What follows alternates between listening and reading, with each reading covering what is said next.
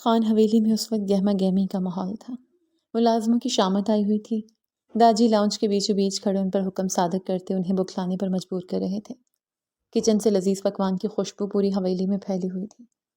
یہ رونق، یہ گہما گہمی آخر ہوتی بھی کیوں نہ؟ خان حویلی کا سب سے بڑا پوتا اغوان خان آج پورے 5 سال بعد حویلی آ رہا تھا۔ بابا تھک جائیں گیا، آرام کریں جا کر، فری دیکھ لے گی سب۔ دلاور جو ابھی ابھی ڈیرے سے آئے تھے داجی کو لاؤنج میں کھڑے دیکھ نرمی سے بولے، بہو تو سب کچھ دیکھ ہی رہی ہے، لیکن میں نہیں چاہتا کہ میرے پوتے کے استقبال میں کسی بھی قسم کی کمی رہ جائے۔ جب تک اسے آنکھوں کے سامنے نہیں دیکھ لوں گا آرام نہیں آئے گا۔ داجی کا لہجہ خوشی میں ڈوبا ہوا تھا۔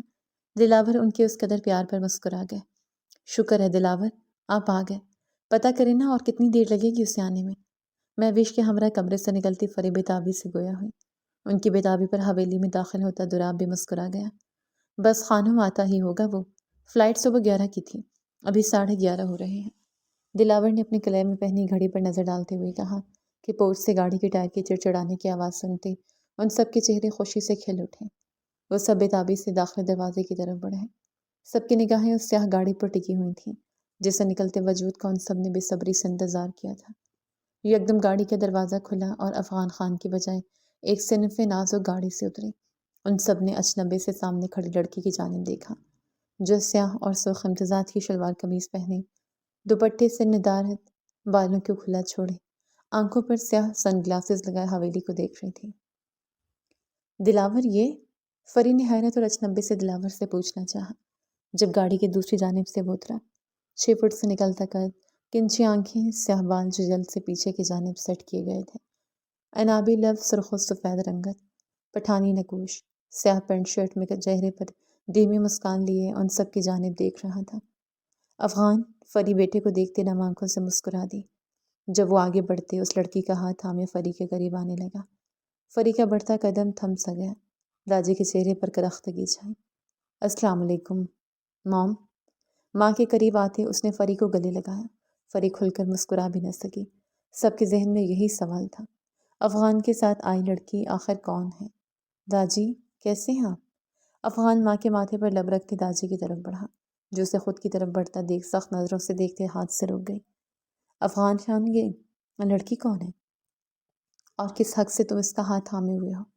داجی نے کرخت لہجے میں سوال کیا۔ بے شک پوتا جان سے عزیز تھا لیکن غیرت اس سے بھی زیادہ عزیز تھی۔ مہوش، دوراب اور دلاور خاموشی سے افغان کو دیکھ رہے تھے، جبکہ سب کے ہی دل ہول رہے تھے کیونکہ جس حق سے افغان اس لڑکی کا ہاتھ تھاما ہوا تھا وہ ان سب کو بہت کچھ سوچنے پر مجبور کر گیا تھا۔ ہیلو، میں منیبہ عارف ہوں، افغان کی منگیتر۔ بہت جلد ہم شادی کرنے والے ہیں۔ مجھے لگا اس نے آپ سب کو بتا دیا ہوگا لیکن میں غلط تھی۔ افغان کے ہاتھ پر گرفت سخت کرتے وہ ایک ہاتھ سے گلاسز اتارتے ہوئے ایک ادا سے بولی اور وہاں موجود ہر فرد کو بے یقین کر گئی۔ اس کے الفاظ ہی نہیں، اس کی سرمئی آنکھیں بھی ان سب کو بے یقینی کے سمندر میں غوطہ سن کر گئی تھیں۔ عافیہ؟ مہوش کے لبوں سے سرگوشی میں نام ادا ہوا۔ فری نے مہوش کی طرف بے یقین نظروں سے دیکھا۔ مہوش گڑیا، مہمان کو ان کا کمرہ دکھا دو اور پھر داجی کے کمرے میں آ جانا۔ دلاور نے نرم لہجے میں مہوش کو مخاطب کیا جو فوراً اس بات میں سر ہلا تھے۔ منیبہ کو دیکھنے لگی جس نے ایک نظر ساتھ کھڑے افغان پر ڈالی تھی، جو سنجیدہ چہرہ لیے اپنے باپ کو دیکھ رہا تھا، اور پھر مہوش کے ہم قدم حویلی کے اندر داخل ہوئے۔ داجی کے کمرے میں اس وقت ہو کا عالم تھا۔ جس حویلی میں کچھ دیر پہلے گہما گہمی سی تھی اب وہاں دبیز خاموشی کا راج تھا۔ وہ چہرے جو بیتابی سے اس کے آنے کا انتظار کر رہے تھے وہ اس وقت گہری سنجیدگی میں ڈوبے ہوئے تھے۔ کیا وہ سب سچ ہے افغان خان جو وہ لڑکی کہہ گئی ہے؟ خاموشی کمرے میں فری کی سخت آواز گونجے۔ صوفے پر بیٹھے افغان نے پہلو بدلتے ان سب کے سنجیدہ چہرے دیکھے۔ جی مام، افغان نے سنجیدگی سے جواب دیا۔ فری کے چہرے پر سختی کا تاثر ابھرا۔ تمہیں باہر میں نے پڑھنے بھیجا تھا افغان، یہ سب کرنے نہیں۔ تم کیسے کسی بھی لڑکی کے ساتھ شادی کر سکتے ہو؟ کیسے کسی کو بھی اپنی منگیتر بنا سکتے ہو؟ نہ باپ سے کچھ پوچھا نہ ماں، تمہاری نظر میں کوئی معنی رکھتی ہے؟ فری اپنی جگہ سے اٹھتے درشتگی سے گویا ہوئی۔ مام، وہ مجھے پسند ہے، پورے 5 سال میں اس کے ساتھ رہا ہوں، میری اس کی انڈرسٹینڈنگ اچھی ہے، وہ مجھے اچھی طرح جانتی ہیں اور لائف پارٹنر ایسا ہی چاہیے ہوتا ہے جو آپ کو سمجھتا ہو۔ رہی بات منگیتر کی تو اب تک میں نے منگنی نہیں کی ہے، میں اسے آپ سب سے ملوانے کے لیے لایا تھا تاکہ بات آگے بڑھ سکے۔ افغان بھی سنجیدگی سے کہتے اپنی جگہ سے اٹھ کھڑا ہوا۔ داجی اپنی لاٹھی پر زور دیے اپنے لاڈلے بیٹے کی بات سنتے ضبط کرتے رہ گئے، اور جبکہ دلاور کا بس نہیں چلا تھا آگے بڑھ کر اکلوتے بیٹے کی درگت بنا ڈالے۔ اوہ ریئلی؟ بات آگے بڑھ سکے؟ تمہیں لگتا ہے میں اس لڑکی کو اپنی عافیہ کی جگہ لینے دوں گی؟ فری نے سینے پر ہاتھ باندھے استہزائیہ پوچھا۔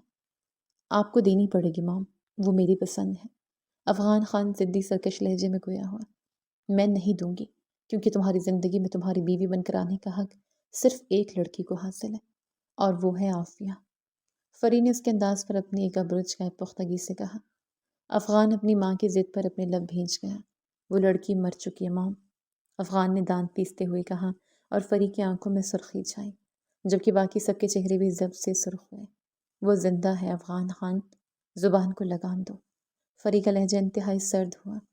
بات یہاں اس کی بھتیجی کی تھی، وہ بھتیجی جو اسے جان سے زیادہ عزیز تھی، جسے اس نے ماں بن کر پالا تھا، گود میں کھلایا تھا۔ کچھ یہی حال مہوش کا تھا۔ وہ مر چکی ہے مام، اور اب خود غرضی کر رہی ہیں۔ افغان نے مٹھیاں بھینچے دھیمی آواز میں کہا۔ میں خود غرض ہی ہوں، فری نے کندھے اچکائے لاپرواہی سے کہا۔ میں شادی کروں گا تو صرف منیبہ سے، میں اسے وعدہ کر چکا ہوں، اور وعدہ توڑنے والوں سے میں افغان خان نہیں شامل۔ وہ پیر پٹکتے ہوئے کہتا باہر کی جانب بڑھنے لگا جب فری کی اڑتی ہوئی چپل زور سے اس کی پشت پر لگی۔ اپنی منکوہا تو ڈھونڈی جا نہیں رہی تم سے، آئے بڑے وعدہ خلافی کرنے والوں میں شامل نہیں ہوں میں، خر کا بچہ۔ فری اپنی چپل اس کے پشت پر مارتے برہمی سے اس کی نقل اتارتے ہوئے بولی۔ وہ سب جو خاموشی سے ماں اور بیٹے کی گفتگو سن رہے تھے، فری کے اس انداز پر اپنی مسکراہٹ ضبط کر گئے، جبکہ دلاور نے اسے گھور کر دیکھا جو اسے خر کہہ گئی تھی۔ افغان نے بے یقینی سے پلٹتے ماں کو دیکھا جو سمر میں اسے چپل مار گئی تھی۔ یقین کرنا مشکل تھا۔ موم، میں سردار ہوں اس گاؤں کا، اور آپ مجھے چپل مار رہی ہیں؟ بے یقینی ہی بے یقینی تھی لہجے میں۔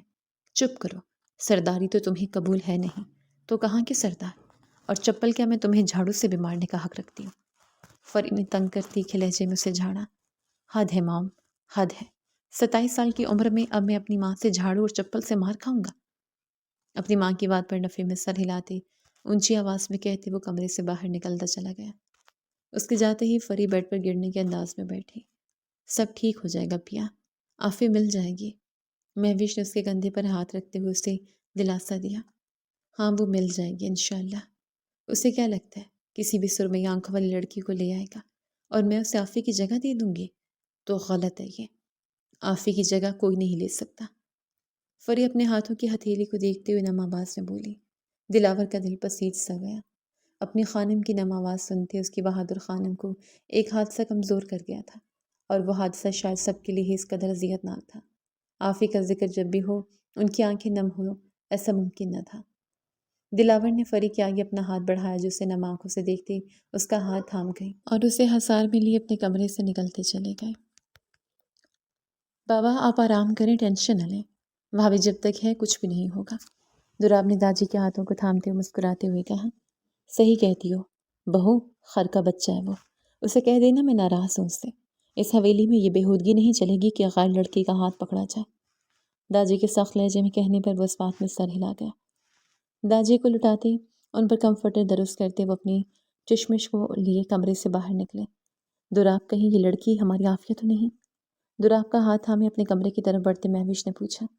صرف اس کی سرمئی آنکھوں کی بدولت ہم یہ تو نہیں کہہ سکتے کہ چشمش کی وہ عافی ہے، اس کے چہرے کے نقوش بالکل بھی عافی سے نہیں ملتے۔ دراب نے اس کے ہاتھ پر گریس مضبوط کرتے ہوئے جواب دیا۔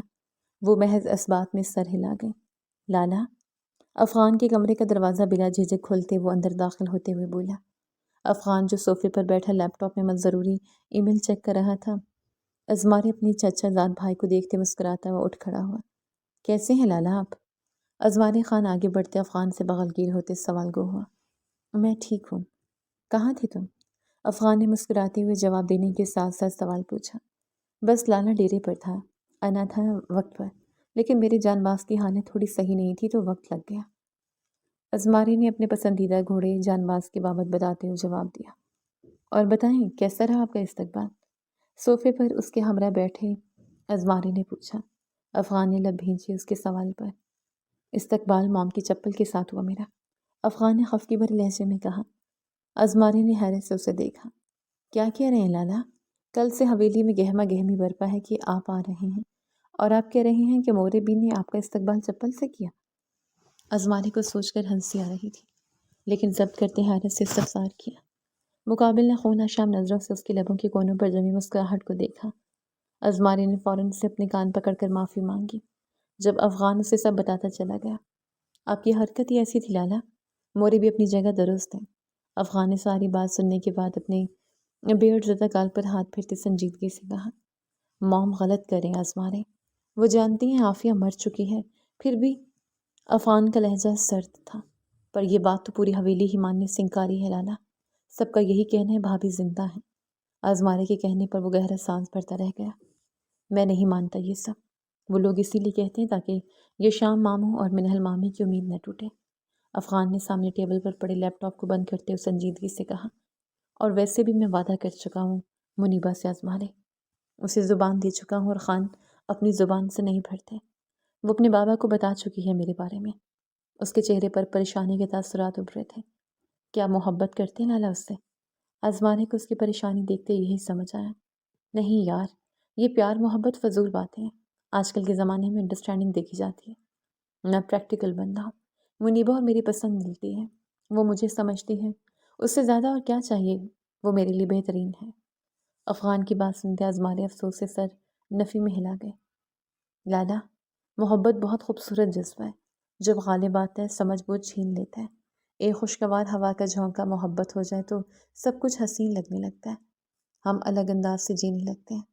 ازمارے نے سنجیدگی سے کہا، یہ سب کتابی باتیں ازمارے۔ افغان نے سنجیدگی سے کہتے اپنی جگہ سے اٹھ کھڑا ہوا۔ مورے بھی کبھی راضی نہیں ہوں گی، ازمارے نے لفظوں پر زور دیا، انہیں راضی ہونا پڑے گا۔ افغان نے بس کی جانب دیکھتے ضدی لہجے میں کہا، افغان۔ یہ ایک دم دروازہ کھولتے منیبہ اندر آئی۔ ازمارے فوراً سے اپنی جگہ سے اٹھ کھڑا ہوا۔ سامنے کھڑی لڑکی کی سرمئی آنکھیں دیکھتے اس نے ماتھے پر بل دیے حیرت سے افغان کی جانب دیکھا، جو ایسی شرمندگی سے اپنی نگاہ چرا گیا تھا، اور وجہ تھی منیبہ کا لباس۔ منیبہ نے لباس دیکھتے ناگواری کی ایک لہر تھی جو ان دونوں میں دوڑ اٹھی تھی۔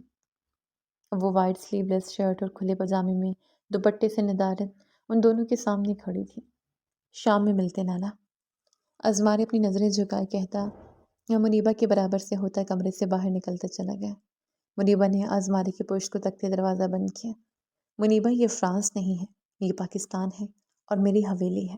یہاں اس طرح کا تن تنہا لڑکی کا ایک لڑکے کے کمرے میں آنا معیوب سمجھا جاتا ہے، تم جاؤ یہاں سے۔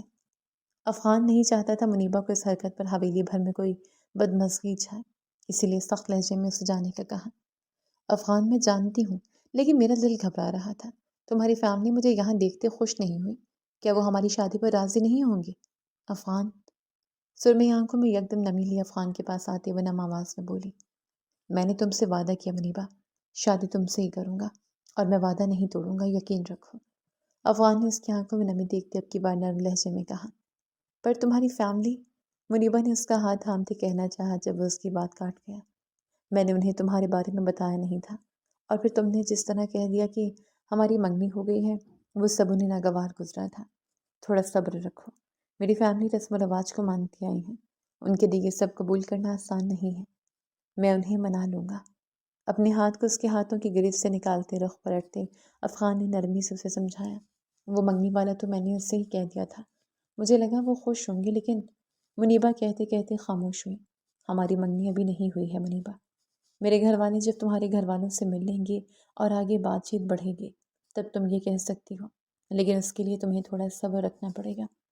افغان کا لہجہ اب سخت تھا۔ ٹھیک ہے، تم نے کہہ دیا تو بس سب ٹھیک ہو جائے گا، اور ہاں، ہمیں کل کراچی جانا ہے، بابا تم سے ملنا چاہتے ہیں۔ منیبہ نے اس کے کہنے پر آنکھیں میچ کر کھولی، پھر مسکرا کر اسے آگاہ کرتی دروازے کی طرف بڑھنے لگی۔ منیبہ، افغان نے اسے جاتا دیکھ لیا اور پلٹنے اسے پکارا۔ منیبہ نے پلٹتے سوالیہ نظروں سے اس کی جانب دیکھا۔ شام میں دعوت ہے، کچھ مہمان وغیرہ آ رہے ہیں، ان کے سامنے اس بات کو کرنے سے گریز برتنا کہ ہم دونوں شادی کرنا چاہتے ہیں۔ میں نہیں چاہتا بدمزگی پھیلے، پہلے گھر والے راضی ہو جائیں، اس کے بعد یہ بات سب پر آشکار کرنا صحیح ہے؟ اس سے قبل نہیں، اور ہاں، لباس ایسا پہننا کہ مجھے گھر والوں کے سامنے شرمندہ نہ ہونا پڑے۔ افغان نے اسے تنبیہ کرتے اس کے لباس کی جانب اشارہ کیا۔ منیبہ کا رنگ اس کی بات پر سرخ ہوا، شدید تیش کے باعث اس نے اپنے لب بھینچے، خود پر ضبط کرتے خاموشی سے اس بات میں سر ہلاتے وہ کمرے سے باہر نکلتے چلے گئے۔ منیبہ کے کمرے سے جاتے ہی افغان گرنے کے انداز میں بیڈ پر لیٹا۔ جیسا سوچا تھا ویسا کچھ بھی نہیں ہوا تھا۔ عافیہ نامی وجود یہاں نہ ہو کر بھی یہاں موجود تھا۔ کنچی آنکھیں سفید ریلنگ پر جمی ہوئی تھیں، جبکہ دماغ مختلف سوچیں بن رہا تھا۔ مام، افغان نے کمرے میں آتے فری کو پکارا، جو وہاں موجود صوفے پر بیٹھی میگزین پڑھ رہی تھی۔ فری نے کوئی جواب نہیں دیا، محض خاموش رہی، اور افغان کو اپنی ماں کی یہی خاموشی چبھ رہی تھی۔ وہ زمین پر ان کے نزدیک بیٹھتے ان کی ٹانگوں پر سرک گیا۔ 5 برس آپ سے دور رہا ہوں مام، اور اب جب واپسی ہوئی تب آپ یوں خاموشی کی مار مار رہی ہیں۔ افغان نے شکوہ کیا۔ فری کتنی دیر تک بیٹے سے بگان کی برت تھی۔ میگزین ٹیبل پر رکھتے انہوں نے محبت سے اس کے بالوں پر ہاتھ پھیرتے اس کی چوڑی پیشانی پر اپنے لب رکھے۔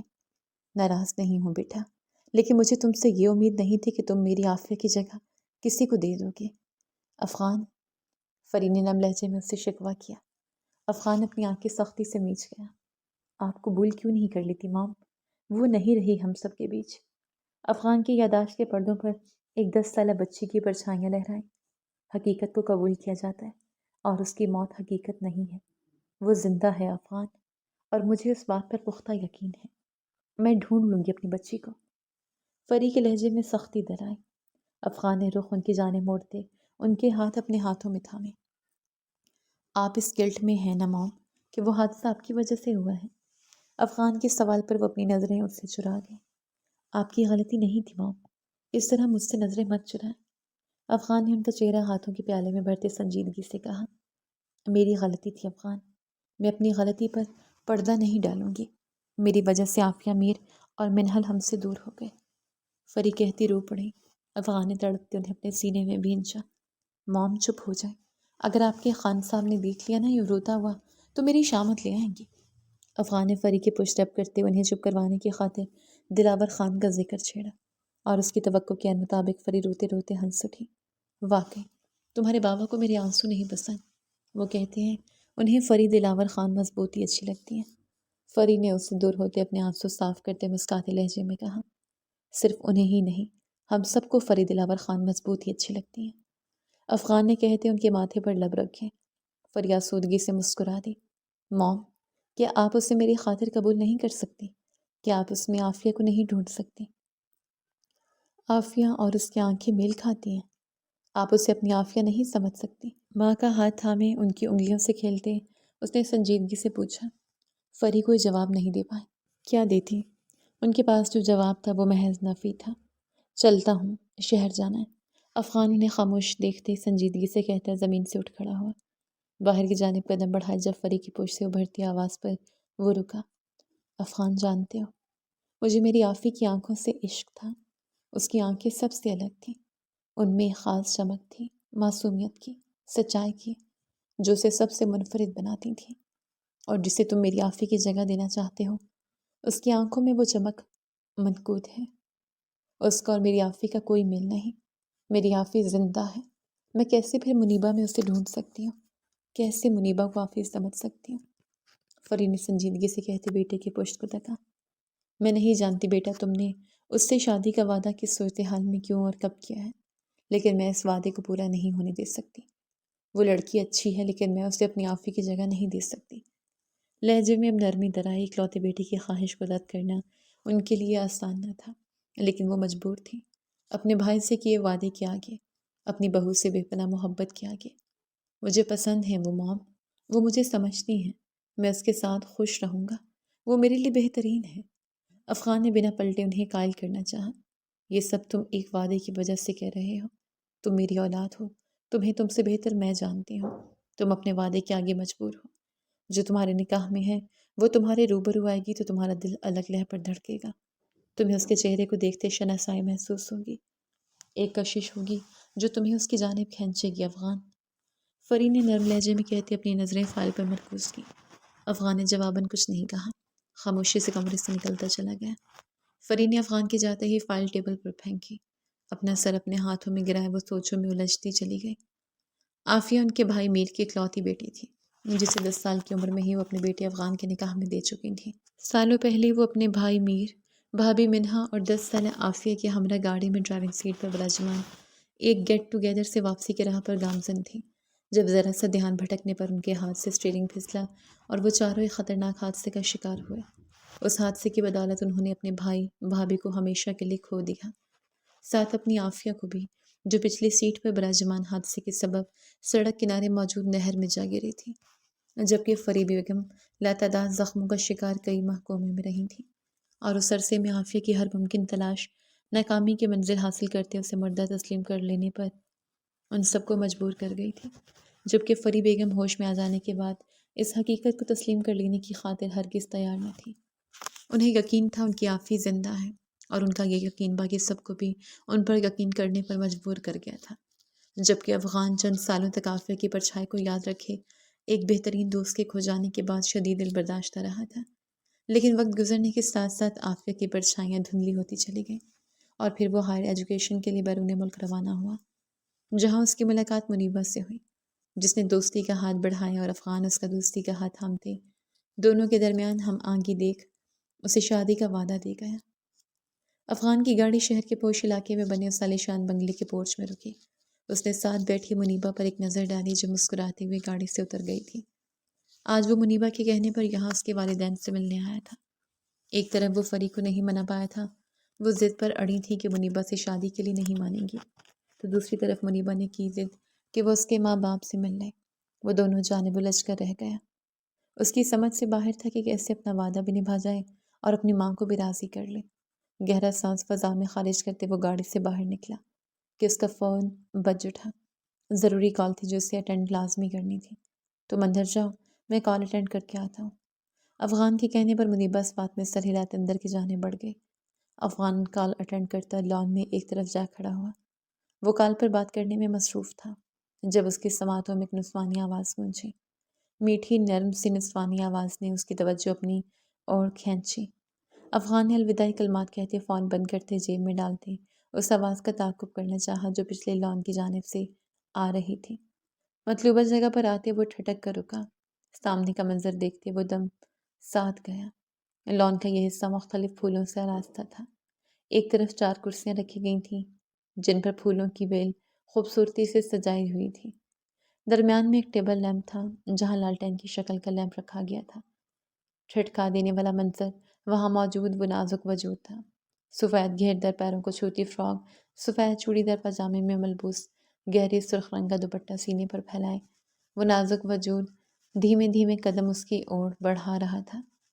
بھورے بال پشت پر کھلے ہوا سے اٹکھیلیاں کر رہے تھے۔ سرخ و سفید رنگت ہاتھوں میں پہنی لال چوڑیاں، تیکھی ناک اور گلابی کٹاؤدار لب، وہ نازک وجود آنکھوں پر سیاہ رنگ کی پٹی باندھے کسی کا نام پکارتے اس کی جانب بڑھ رہا تھا۔ وہ بالکل ساکت و جامد ہو اسے دیکھ رہا تھا۔ زندگی میں پہلی بار کوئی ایسا منظر آنکھوں نے دیکھا تھا جسے ایک نظر دیکھنے کے بعد نظروں نے اس منظر سے ہٹنے سے صاف انکار کر دیا ہو۔ دھڑکنوں کی رت بدلی تھی۔ یہ الگ احساس تھا جو اسے آج پہلی مرتبہ محسوس ہوا تھا۔ مخالف میں ایسی کشش تھی جو وہ اسے کھینچی چلی جا رہی تھی اپنی جانب سے۔ بے ساختہ اس نے اپنے قدم آگے بڑھاتے اس نازک وجود اور اپنے درمیان ٹھہرے اس فاصلے کو کم کرنا چاہا۔ ازمیر اپنے آس پاس کی ہواؤں میں گھلتی مردانہ کلون کی خوشبو محسوس کرتے ماہم نے ازمیر اپنے منگیتر کو پکارتے قدم آگے بڑھایا کہ پاؤں کے نیچے آئے پتھر کی وجہ سے اس کا توازن بگڑا۔ خود کے زمین بوس ہونے کے ڈر سے اس کے لبوں سے ہلکی سی چیخ برآمد ہوئی، لیکن اس کا وجود ہوا میں ہی معلق رہ گیا۔ افغان نے تیزی سے اس کی کلائی جکڑے اسے اپنی اور کھینچا۔ وہ لچکیلی ڈال کی مانند اس کے سینے سے آ لگی۔ اس کے وجود سے اٹھتی مسحور کن خوشبو میں وہ بے اختیار گہرا سانس بھر گیا۔ اپنی ٹھوڑی پر پڑتی اس کی چھوٹی چھوٹی سانسوں کی گرمائش اسے بھلی لگی۔ سینے پر دھڑے اس کے ہاتھوں میں پہنے ان چوڑیوں کی کھنک نے خاموشی میں ارتعاش برپا کیا، اور افغان خان کو اس ساز کے آگے سارے ساز و سر پھیکے محسوس ہوئے۔ وہ نہیں جانتا تھا کیا ہوا کیا نہیں، کیوں اس نازک وجود کو وہ بنا پلک جھپکائے دیکھے جا رہا ہے، کیوں یہ قریبی وجود میں سرور ڈورا گئی ہے۔ ایک سحر تھا جو اس کے گرد بن چکا تھا، ایک فسون تھا جو وہ خود توڑنا نہیں چاہتا تھا۔ ازمیر اپنے چہرے پر پڑتے گرم لو دیتی جھلساتی سانسوں، اپنے پہلو پر دہکتے ہاتھوں کا لمس محسوس کرتے ماہم سرخ چہرہ لیے منمنائے اور مخالف کے گرد پھیلا وضو ایک جھٹکے سے توڑ گئے۔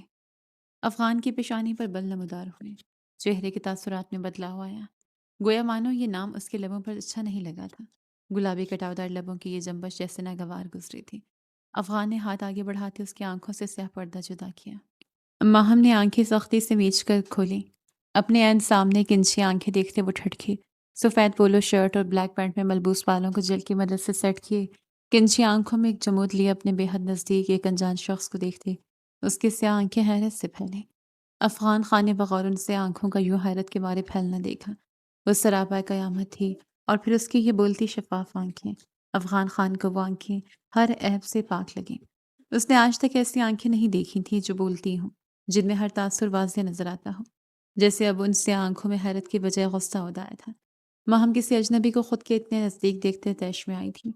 ایک جھٹکے سے اس کے ہاتھ اپنے پہلو سے ہٹاتے اسے 3 قدموں کی دوری پر جا کھڑی ہوئی۔ اس کے دور جانے پر افغان خان بھی اپنی داڑھی پر ہاتھ پھیرتے ہوئے خود پر قابو پانے لگا۔ کون ہیں آپ؟ ماہم کا لہجہ سخت تھا۔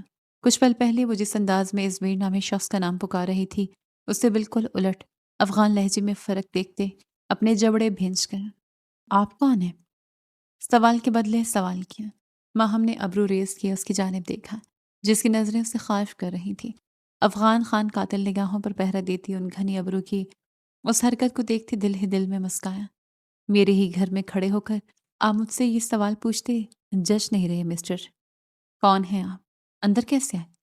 ماہم کا بس نہیں چلا تھا سامنے کھڑے شخص کا سر دیوار پہ دے مار دی، جو نہ جانے کہاں سے آیا تھا اور اسے کس قدر نزدیک کھڑا تھا، اور وہ بھی اسے ازمیر سمجھتے اس کے پاس کھڑی شرما رہی تھی۔ ماہم کا دل کیا اس شخص کا بعد میں پہلے اپنا سر دیوار پر دے مارے۔ گزرے پل یاد آتے ہی اس کی رنگت سرخ ہوئی۔ افغان اس کے سرخ پڑتی رنگت دیکھتے اپنے ہونٹوں پر ہاتھ پھیرتے اپنی مسکراہٹ چھپانے لگا۔ تنی ابرو سرخ چہرہ لیے وہ شدید غصے میں اسے کیوٹ لگ رہی تھی۔ اس کا یہ انداز بھی گھائل کر دینے والا تھا۔ ماہم؟ عقب سے آتی مردانہ آواز سنتے افغان نے ذرا سی گردن موڑتے آنے والی شخصیت کو دیکھا۔ ماہم؟ زیر لب اس کا نام دوہرا۔ میر؟ ازمیر کو دیکھتے ماہم نے گھبراتے اسے پکارا۔ کون ہیں آپ؟ اور یہاں کیسے؟ ہاتھ میں باکس تھامے ماہم کے پاس آتے اس نے سنجیدگی سے افغان کو دیکھتے استفسار کیا۔ وہ ماہم کو گفٹ دینا چاہتا تھا، اسی لیے اسے پچھلے لان میں لے آیا تھا، اور ماہم کی آنکھوں پر پٹی بھی بندھی تھی۔ لیکن پھر اسے یاد آیا گفٹ تو اندر گھر میں ہی رہ گیا ہے۔ اسی سبب وہ ماہم کو اکیلا چھوڑتے گفٹ لینے چلا گیا تھا۔ جب واپسی ہوئی تو ماہم کے ساتھ ایک اجنبی کو دیکھتے پا کر وہ تیزی سے ماہم کی جانب آیا۔ یہ افغان ہے، میرا بوائے فرینڈ۔ افغان جو اس کے اور ماہم کے درمیان کم فاصلے کو چبھتی نگاہوں سے دیکھ رہا تھا۔ منیبا کی آواز پھر اس کی جانب متوجہ ہوا، جو بلیک ٹخنوں تک آتے ٹاپ میں ملبوس تھی، جو سلیو لیس تھا۔ بے ساختہ افغان نے ماہم اور اس کے لباس کا موازنہ کیا۔ منیبا کے بتانے پر ازمیر کے سخت تاثرات نرمی میں بدلے۔ البتہ ماہم بھی منیبا کو دیکھتے مسکرا گئے۔ اوہ، میں ازمیر۔ ازمیر نے مسکراتے ہوئے اپنا ہاتھ آگے بڑھایا، جسے افغان نے سنجیدگی سے تھاما۔ چلو افغان، پاپا ماما انتظار کر رہے ہیں۔ منیبا نے کہتے افغان کا بازو تھاما، جبکہ ماہم سے ملنا اس نے گوارا نہیں کیا تھا۔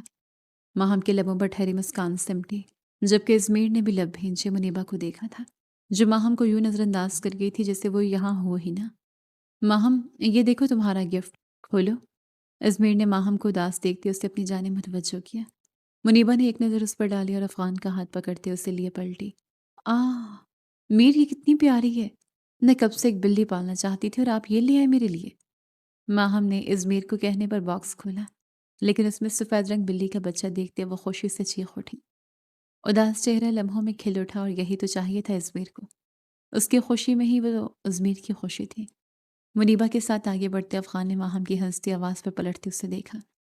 وہ دونوں کس بات پر ہنس رہے تھے، اور نہ جانے کیوں افغان خان کو یہ منظر شدت سے چبھا تھا۔ یوں لگا دل کو کوئی ہاتھ میں تھامے اس میں سوئیاں چبو رہا ہو۔ جبڑے سختی سے بھینچے وہ چہرے کا رخ پلٹ گیا۔ بیٹا، آپ کے والدین بھی ساتھ آتے تو اچھا ہوتا، عارف صاحب نے سامنے صوفے پر بیٹھے افغان کو دیکھتے نرمی سے کہا۔ پٹھانی نکوش والا یہ وجی لڑکا انہیں پسند تو آیا تھا، لیکن وہ ابھی مکمل طور پر مطمئن نہیں ہو پائے تھے۔ مام اور ڈیڈ انشاءاللہ بہت جلد آئیں گے انکل، گاؤں میں کچھ ضروری کام تھے، اسی وجہ سے وہ نہیں آ پائے۔ افغان نے داڑھی پر ہاتھ پھیرتے ہوئے جھوٹ گڑھا، جبکہ نظریں متلاشی ہوئی بار بار بیرونی دروازے کی جانب اٹھ رہی تھیں۔ انشاءاللہ، عارف صاحب نے سنجیدگی سے کہا۔ آگے کیا کرنے کا ارادہ ہے آپ کا بیٹا؟ سومیہ بیگم نے پوچھا۔ میں بزنس سنبھالوں گا آنٹی، ہمارا خاندانی بزنس ہے، وہی جوائن کرنا ہے۔ افغان نے سنجیدگی سے جواب دیا۔ وہ دونوں اس بات میں سر ہلا گئے، جبکہ بیرونی دروازے پر ماہم ہاتھ میں بلی کا بچہ اٹھائے ازمیر کے ہمراہ اندر داخل ہوئی۔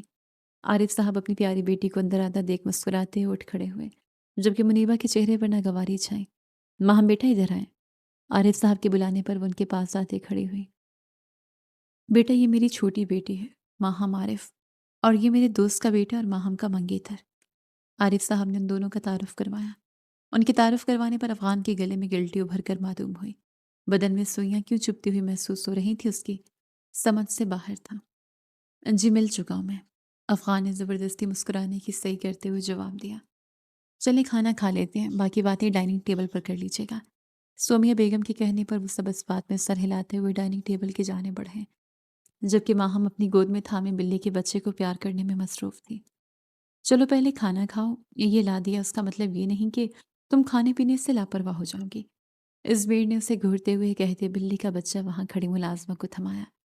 ماہم نے لب پھیلائے اسے دیکھا، جو اسے آنکھیں دکھاتے اس کا ہاتھ تھامے ڈائننگ ٹیبل کی جانب بڑھ گیا تھا۔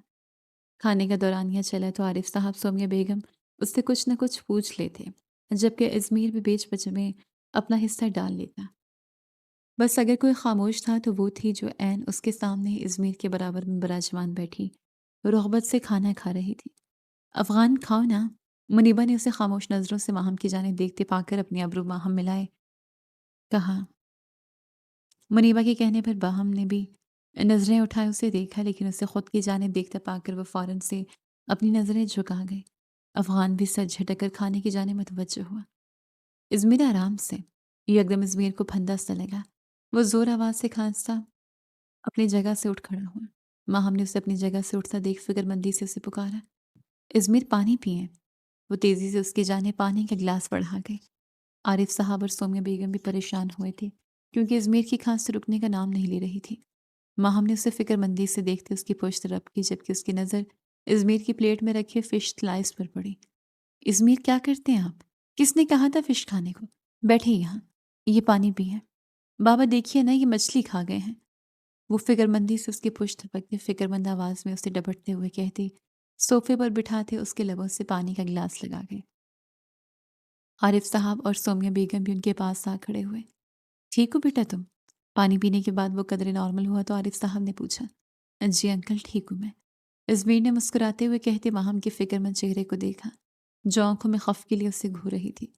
ارے یار تم نے بنائے تھی وہ میں کیسے نہ کھاتا، اور تھوڑا سا کھانے سے کون سا کچھ ہو جاتا مجھے۔ ازمیر نے اس کی خف کی بھری آنکھوں میں دیکھتے معصومیت سے کہا، کیا ہو جاتا؟ یہ ہو جاتا ازمیر، پورے لال ہو گئے آپ۔ وہ اس کی بات پر بھڑکتے ہوئے بولی، اس بات سے انجان کہ اس کی یہ فکر اس کا ازمیر کو چھونا کسی وجود کو جلتے کوئلوں کی بھٹی میں جھونک گیا ہے۔ منیبہ بیزاری سے یہ سب کچھ دیکھتے جو اس کی سب بھر رہی تھی، اور افغان سے وہاں مزید بیٹھنا دو بھر ہوا تھا۔ اپنی حالت سے اسے جھنجھلاہٹ محسوس ہو رہی تھی۔ کیا ہو رہا تھا اس کے ساتھ، سب کچھ اس کی سمجھ سے باہر تھا۔ میں چلتا ہوں، مجھے آفس کا چکر بھی لگانا ہے، دیر ہو رہی ہے۔ اپنی جگہ سے کھڑے ہوتے افغان نے عارف صاحب کو دیکھتے سنجیدگی سے کہا، تھوڑی دیر رک جاتے بیٹا۔ عارف صاحب نے روکنا چاہا۔ معذرت انکل، میرا جانا ضروری ہے، انشاءاللہ پھر آؤں گا۔ افغان نے معذرت کرتے قدم باہر کی جانب بڑھائے، لیکن پلٹنے سے پہلے ایک سلگتی نگاہ ماہم پر ڈالی، جو ازمیر کو ڈبٹ رہی تھی، اور وہ کان پکڑے اس سے معافی مانگ رہا تھا۔ منیبہ فوراً سے افغان کے پیچھے لپکی۔ افغان، تم نے تو کہا تھا تم آج کا پورا دن میرے ساتھ گزارو گے، اور اب یوں جا رہے ہو؟ منیبہ نے باہر آتے اسے گاڑی کا دروازہ کھولتے دیکھ خفگی سے کہا، میرا جانا ضروری ہے منیبہ، آفس کے کچھ کام ہیں جو آج ہی مکمل کرنے ہیں۔ سنجیدگی سے جواب دیتا وہ اپنی سلگتی نگاہوں پر سن گلاسز پہن گیا۔ آنکھوں میں تیرتی تیش و جلن کی لالی کو چھپانا چاہا تھا۔ بنا منیبہ کی کوئی بات سنے وہ گاڑی میں سوار ہوتے وہاں سے نکلتا چلا گیا۔ منیبہ نے لب سختی سے بھینچے قدم واپسی کے راہ پر گامزن کیے۔ کاش یہ ڈرامہ تھوڑی دیر بات کر لیتے تو یوں آج کا دن میرا برباد نہ ہوتا۔ اندر آتے وہ صوفے پر بیٹھے ازمیر اور ماہم کو غصے سے دیکھتے دانت پیستے ہوئے بولی۔ لاؤنج میں مکمل خاموشی چھائی۔ اس کے کہنے پر افغان کے چلے جانے کا غصہ وہ ان دونوں پر اتار رہی تھی۔ منیبہ، عارف صاحب نے اسے ٹوکنا چاہا جب ماہم صوفے پر رکھا ان کا ہاتھ تھام گئی۔ منیبہ غصے سے ماہم کو دیکھتے اپنے کمرے کی جانب بڑھ گئی۔ میٹھا تو ہم نے کھایا ہی نہیں، چلو لڑکی کام پر لگو، میٹھا لے آؤ۔ اتنی کڑوی باتیں سنی تم سے، اب میٹھے کی اشد ضرورت ہے۔ ازمیر نے ماحول کی کثافت دور کرنے کی خاطر شوخ لہجے میں کہا۔ ہم نے گھورتے اسے دیکھ کر اپنی جگہ سے اٹھ کھڑی ہوئی۔ عارف صاحب اور سومیہ بیگم مسکرا اٹھی، جبکہ وہ منیبا کی اس حرکت پر شرمندہ ہو گئے تھے۔ ان کی بیٹی اتنے سال باہر رہنے کے بعد بھی نہیں بدلی تھی۔ فارم ہاؤس پر میں نے پارٹی رکھی اور تم وہاں آ رہی ہو۔ اس وقت سب ڈائننگ ٹیبل پر بیٹھے رات کے کھانے سے لطف اندوز ہو رہے تھے، جب منیبا نے ماہم کو دیکھتے کہا، میں؟ پر میں کیوں؟ مطلب میں وہاں کیا کروں گی؟ ماہم نے حیرت زدہ لہجے میں پوچھا۔ منیبا کے بلانے پر اسے خوشی محسوس ہوئی تھی، لیکن ساتھ ساتھ اس پریشانی نے بیان گہرا تھا کہ وہ وہاں کرے گی کیا؟ ہاں تم کھانا اچھا بناتی ہو تم، یوں سمجھو تمہاری کیٹرنگ کمپنی کا آرڈر ہے یہ۔ منیبا کے حد تک اس لہجے پر ماہم کی رنگت سرخ ہوئی، جبکہ عارف صاحب اور سومیہ بیگم نے غصے سے اس کی جانب دیکھا۔ اس سے پہلے عارف صاحب کچھ بولتے، ماہم ٹیبل کے نیچے سے ان کا ہاتھ تھامتے انہیں خاموش کروا گئی۔ ہاں کیوں نہیں، ضرور، تو مینیو بتا دینا، میں اپنی ٹیم کے ساتھ پھر ڈسکس کر لوں گی۔ چلتی ہوں، وقت کم ہے نا، اپنی ٹیم سے بات کرنی پڑے گی۔ بمشکل مسکرانے کی کوشش کرتے وہ لہجے کو حشاش بشاش بناتے بولتی چلی اور اپنی جگہ سے اٹھ کھڑی ہوئی۔ منیبا نے محض اسوات میں سر ہلاتے جوس کا گلاس لبوں سے لگایا، جبکہ اس کی نظر اپنے والدین کی جانب اٹھی۔ واٹ ڈیڈ، اب اتنی میں کوئی بڑی بات نہیں، وہ کوک ہے، کیٹرنگ کا بزنس کرتی ہے، تو میں نے اسے ہی مناسب سمجھا۔ کندھے اچکائے بے فکری سے کہتے وہ عارف صاحب کو افسوس سے نفی میں سر ہلانے پر مجبور کر گئی۔ بولنے کے بہت سے طریقے ہوتے ہیں بیٹا، بہن ہے وہ تمہاری، تم اسے ایسے بھی مدعو کر سکتی تھی اپنی پارٹی میں۔ سومیہ بیگم خود کو بولنے سے باز نہیں رکھ پائیں۔ جس طرح کا سرکل میرا ہے وہ اس میں انفٹ ہے مام۔ اگر میں اسے ایسے وہاں مدعو کرتی تو وہ بیچاری محض سب کی شکلیں دیکھتے رہ جاتی، اسی لیے میں نے اسے اسی طرح کہا۔ منیبا کہتی اپنی جگہ سے اٹھ کھڑی ہوئی، اس کا موڈ بری طرح آف ہو گیا تھا۔ ہماری دی گئی چھوٹ نے اسے ادب و احترام سے بہت دور کر دیا سومیہ۔ عارف صاحب افسوس سے کہتے اپنی جگہ سے اٹھ کھڑے ہوئے۔ سومیہ بیگم ہمیشہ کی طرح اپنے سر پکڑے بیٹھی گئی۔ فارم ہاؤس کو پارٹی کی مناسبت سے سجایا گیا تھا۔ پول ایریا کے پاس ٹیبلز اور کرسیاں رکھی گئی تھیں۔ ایک طرف ڈی جے کا سیٹ اپ کیا گیا تھا، جبکہ پول ایریا سے کچھ دوری پر ہی باربیکیو کا انتظام کیا گیا تھا، جہاں گلابی رنگ کی سادہ سے ریشمی فراک میں ملبوس، بالوں کا جوڑا بنائے دوپٹے کو کندھے پر پھیلائے، اپرن پہنے وہ میک اپ سے عاری چہرہ لی اپنی ٹیم ممبرز کے ساتھ کھانا بنانے میں مصروف تھی۔ ماہم نے مصروف انداز میں نظریں پول ایریا کی جانب اٹھائیں اور وہاں آئی لڑکیوں کو دیکھتے اس کے کانوں سے دھواں نکل اٹھا۔ ان کے لباس ان کے جسم کو ڈھکنے کے لیے ناکافی تھے، جبکہ حیرت اسے اس بات کی تھی کہ ان میں سے کچھ لڑکیاں دعوت نظارہ بنی اپنے شوہروں کے ساتھ آئی ہوئی تھیں، جنہیں کوئی فرق نہیں پڑتا تھا کہ ان کی بیوی کو کون دیکھ رہا ہے کون نہیں۔ اپر کلاس میں ہونے کے باوجود اسے اس طرح کا ماحول ناگوار گزرتا تھا۔ اسے گھن آتی تھی اس ماحول سے۔ اب بھی اس نے اپنے سینے پر پھیلا دوپٹہ نماز سٹائل میں سر پر باندھ لیا، سیاہ شرٹ، سیاہ پینٹ میں ملبوس، سیاہی لیڈر جیکٹ لیے، بالوں کو مخصوص انداز میں جل سے سیٹ کیے وہ فارم ہاؤس میں داخل ہوا تھا۔ وہ یہاں آنا تو نہیں چاہتا تھا، لیکن منیبا کے اسٹار کرنے پر اسے لاچار یہاں آنا پڑا تھا۔ منیبا افغان کو دیکھتے ہاتھ میں سافٹ ڈرنک کا گلاس تھامے مسکراتی ہوئی اس کی جانب آئی۔ افغان اس کا لباس دیکھتے اپنے جبڑے بھینچ گیا۔ سیاہ ٹخنوں تک آتے ٹراؤزر، سلیو لیس ٹاپ میں ملبوس، بالوں کو پشت پر کھلا چھوڑے، لبوں پر سرخ رنگ کی گہری لالی لگائے، چہرے پر میک اپ کیے وہ حسین لگ رہی تھی، لیکن افغان خان کو اس کا حلیہ انتہائی ناگوار گزرا تھا۔ مجھے پتا تھا تم آؤ گے۔ افغان کے پاس آتے اس کے گال سے گال لگاتے وہ ملتی ہوئی گویا ہوئی۔ افغان محض اس بات میں سر ہلا گیا۔ آؤ میں اپنے دوستوں سے ملواتی ہوں تمہیں۔ افغان کا ہاتھ استحقاق سے تھامتے وہ آگے بڑھے۔ افغان نے اپنا سر جھٹکتے اپنی ناگواری کو چھپانا چاہا۔ اسے کچھ بھی اچھا نہیں لگ رہا تھا، ایک عجیب سی چڑ محسوس ہو رہی تھی۔ منیبا اسے اپنے دوستوں سے ملوا رہی تھی، وہ بس رسمی مسکراہٹ لیے ان سب سے مل رہا تھا۔ حالانکہ وہ ایسے ماحول کا عادی تھا، اسے گاؤں کی سادگی بھری زندگی نہیں بھاتی تھی۔ شہر کی رنگینیاں اسے اپنی جانب کھینچتی تھیں، لیکن کچھ دنوں سے اس کا دل ان سب چیزوں سے اچاٹ ہو گیا تھا۔ وہ ہاتھ میں سافٹ ڈرنک کا گلاس تھامے منیبا کے دوستوں کے پوچھے گئے سوال کا مختصر سا جواب دے رہا تھا، جبکہ اس کی نظر ایک منظر پر آ کر ٹھہر سی گئی۔ سامنے کا منظر تھا ہی اتنا دلربا کہ وہ اپنی پلکیں تک نہیں جھپک پایا۔ نماز اسٹائل میں دوپٹہ باندھے، دھوئیں کی تپش کے باعث سرخ چہرہ، جبکہ لبوں پر دھیمی مسکان لیے وہ تیز تیز ہاتھ چلاتے کچھ بنانے میں مصروف تھی، اور ساتھ ساتھ اپنے پاس کھڑی لڑکی کو بھی کچھ نہ کچھ کہہ رہی تھی۔ یہاں ہی دعوت نظارہ بنی لڑکیوں میں وہ سب سے الگ لگ رہی تھی، گویا مانو یوں جیسے کیچڑ میں کنول کا پھول۔ وہ جو حسین کی باتوں سے پریشان بار بار اپنے اس دل کو تسلی دے رہا تھا کہ اس لڑکی سے کوئی سروکار نہیں۔ وہ اسے اچھی نہیں لگی، اسے دیکھتے دل نے اپنی رت نہیں بدلی، سب دھرے کا دھرا رہ گیا۔ وہ جو یہ سمجھتا تھا کہ پہلی بار میں یہ لڑکی بس اچھی لگی، ضروری نہیں آگے بھی اچھی لگے، اب اپنے ہی لفظ اسے جھوٹے محسوس ہو رہے تھے، کیونکہ وہ آج پہلے سے زیادہ حسین لگ رہی تھی کہ وہ اپنے پلکے تک نہیں چبک رہا تھا۔ تمہاری بہن اتنی اچھی کک ہے، ہم نہیں جانتے تھے، اینڈ آئی مسٹ سے شی از ویری بیوٹیفل۔ وہ جو یکٹک اسے دیکھ رہا تھا اپنی سماعتوں میں گونجتے لفظوں کے سبب ہوش میں آیا۔ ہاتھ میں تھامے گلاس پر گرفت مضبوط ہوئی، سینے میں یکدم آگ سی دھکتی محسوس ہوئی۔ افغان نے نظروں کا زاویہ بدلتے اس شخص کو دیکھا جو وہاں پر نظریں جمائے ڈرنک کا گھونٹ گھونٹ بھر رہا تھا۔ اس کی نظروں کا ارتکاز واہم کو دیکھتے افغان خان اپنے جبڑے بھینچ گیا۔ او ہو سیفی، تمہیں تو ہر کوئی خوبصورت لگتا ہے۔ سیفی کے ساتھ کھڑی لڑکی کو سیفی کے لبوں سے وہم کی تعریف اچھی نہیں لگی تھی۔ سیفی کے بازو تھامتے وہ اس کا رخ اپنی جانب کرتے ایک طرح سے اسے افغان خان نے عتاب سے بچا گئی تھی، جو بس اپنے ہاتھ میں تھاما گلاس اس کے سر پر پھوٹنے کو تیار تھا۔ مجھے کیوں فرق پڑ رہا ہے؟ مجھے فرق نہیں پڑنا چاہیے، کوئی بھی اس کی تعریف کرے، مجھے فرق نہیں پڑ رہا۔ نظریں اپنے جوتوں پر جمائے وہ خود کو باور کروا رہا تھا کہ اس سے کوئی فرق نہیں پڑتا، جبکہ سینے میں جو آگ دہک اٹھی تھی وہ کسی طور بجھنے کا نام نہیں لے رہی تھی۔ وہ لاکھ کوشش کرتے اپنی نظروں پر بند باندھ رہا تھا جو بار بار ماہم کی جانب اٹھنے کو بے چین تھی۔ تمہیں نہیں لگتا منیبا، تمہیں اپنی بہن کو ہم سب سے ملوانا چاہیے؟ وہ جو اپنے آپ کو یہ باور کروا چکا تھا کہ اسے کوئی فرق نہیں پڑتا، سیفی کی بات نے دھیرے دھیرے بجھتی آگ پر تیل کا کام کیا۔ شدت ضبط سے افغان خان کی آنکھوں میں سرخی نے اپنی جگہ بنائی۔ اس نے خون آشام نگاہوں سے سیفی کی جانب دیکھا جو اب منیبا کے ہمراہ ماہم کی جانب بڑھ رہا تھا۔ اپنے ہاتھ کی مٹھیاں بھینچتے گلاس زوردار آواز کے ساتھ ٹیبل پر رکھتے، اپنے بھاری قدموں کی دھمک چھوڑتے وہ بھی اسی جانب بڑھا۔ ہیلو، سیفی نے ماہم کے پاس آتے مسکراتے ہوئے مصافحہ کے لیے ہاتھ آگے بڑھائے۔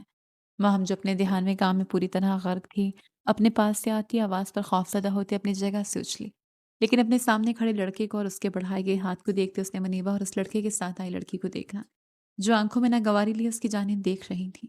السلام علیکم۔ سنجیدگی سے اس کے بڑھائے گئے ہاتھ کو نظر انداز کرتے ماہم نے سلام کیا۔ اس کا سیفی کے ہاتھ کو یوں نظر انداز کرنا وہاں آتے افغان کے جلتے دل پر ٹھنڈی بہار کی مانند برستا تھا۔ افغان آؤ نا، منیبا نے اپنے پیچھے کھڑے افغان کو دیکھتے اس کا ہاتھ تھامتے اسے اپنے نزدیک کیا۔ منیبا کے پکارنے پر ماہم نے بھی نظریں اٹھائے افغان کی جانب دیکھا۔ اس کی گنجی آنکھوں کو خود پر مرکوز دیکھتے وہ اپنی نظریں جھکا گئی۔ اس شخص سے ہوئی پہلی ملاقات عجیب تھی اور جس طرح وہ اسے دیکھتا تھا ماہم کو اس کی نظروں کی تپش گھبراہٹ میں مبتلا کر جاتی تھی۔ وعلیکم السلام، کیسی ہیں آپ؟ اور ہمارے ساتھ پارٹی کیوں انجوائے نہیں کر رہی؟ تھوڑی دیر بریک لے کر آ جائیں، ہمارے ساتھ پارٹی انجوائے کرتے ہیں۔ سیف اس کے خوبصورت چہرے کو نظروں کے حصال میں رکھتے خوشگوار لہجے میں گویا ہوا۔ اس کا یہ لہجہ اور اس کی نظریں افغان کا ضبط آزما رہی تھیں۔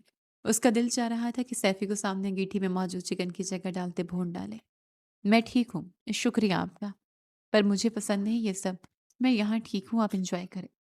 ماہم نے رسمی مسکان لی اپنا دامن بچایا، جبکہ اس کی یہ رسمی مسکراہٹ افغان خان کی ضبط کی تناب میں ہلا گئی تھی۔ اس کا بس نہیں چل رہا تھا وہ ماہم کو یہاں سے کہیں غائب کر دے یا پھر اس سیفی نامی شخص کو۔ اوہ اٹس اوکے، ویسے آپ کھانا بہت اچھا بناتی ہیں، میں نے اسٹارٹر ٹیسٹ کیے ہیں۔ سیفی کی تعریف پر وہ سر جھکائے مسکرا دی۔ کوئی اور پل ہوتا ہے تو افغان خان اس مسکراہٹ کے آگے ڈھیر ہو جاتا، لیکن اس وقت اسے یہ مسکراہٹ زہر لگ رہی تھی۔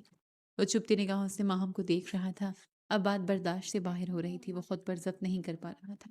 شکریہ، ماہم نے شکریہ ادا کیا، جبکہ اسی پل بے دہانی کے باعث اس کا ہاتھ گرم گرم کوئلے سے جا لگا۔ آہ!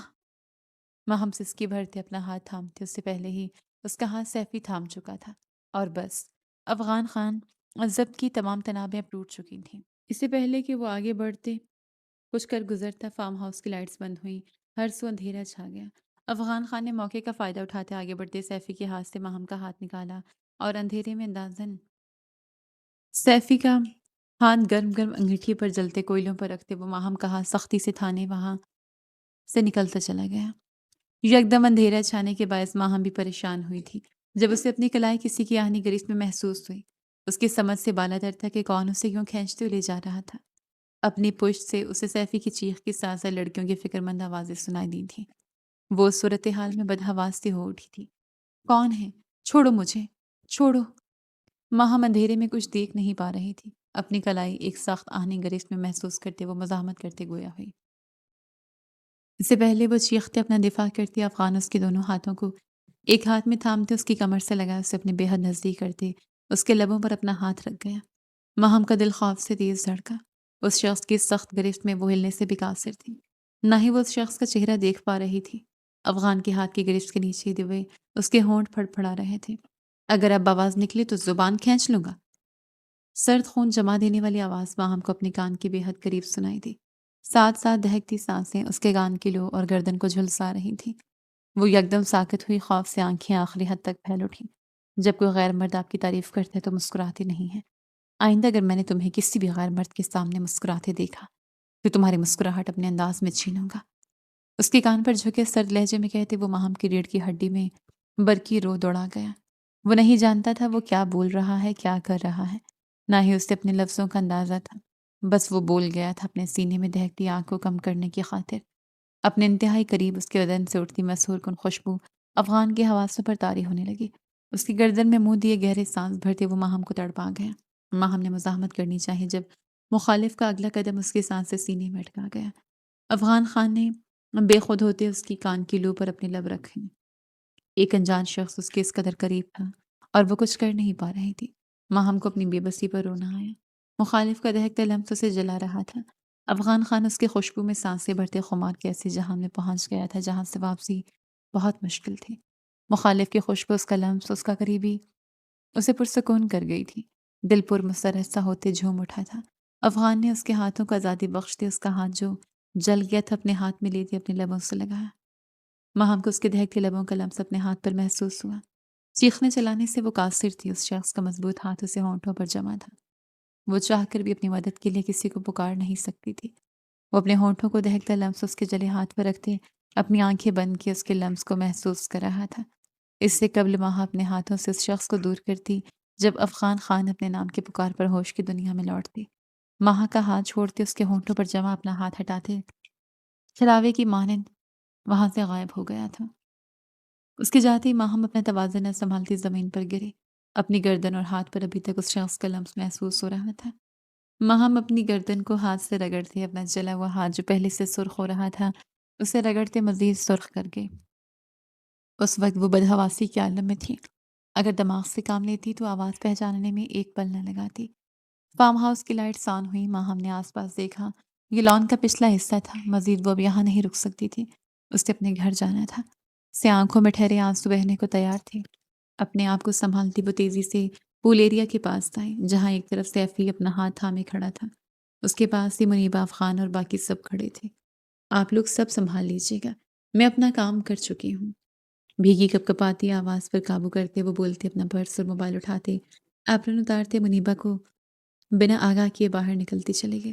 افغان خان کی سرخ کینچی آنکھوں نے اس کی پشت کا نظروں سے اوجھل ہو جانے تک تعاقب کیا۔ سیفی تم جاؤ، آرام کرو۔ پتہ نہیں کیا ہوا، اچانک سے لائٹس آف ہو گئی اور پھر یہ منیبہ نے سیفی کا سرخ ہاتھ دیکھتے فکر مندی سے کہا، جبکہ افغان کو اس کا سرخ ہاتھ دیکھتے سکون محسوس ہو رہا تھا۔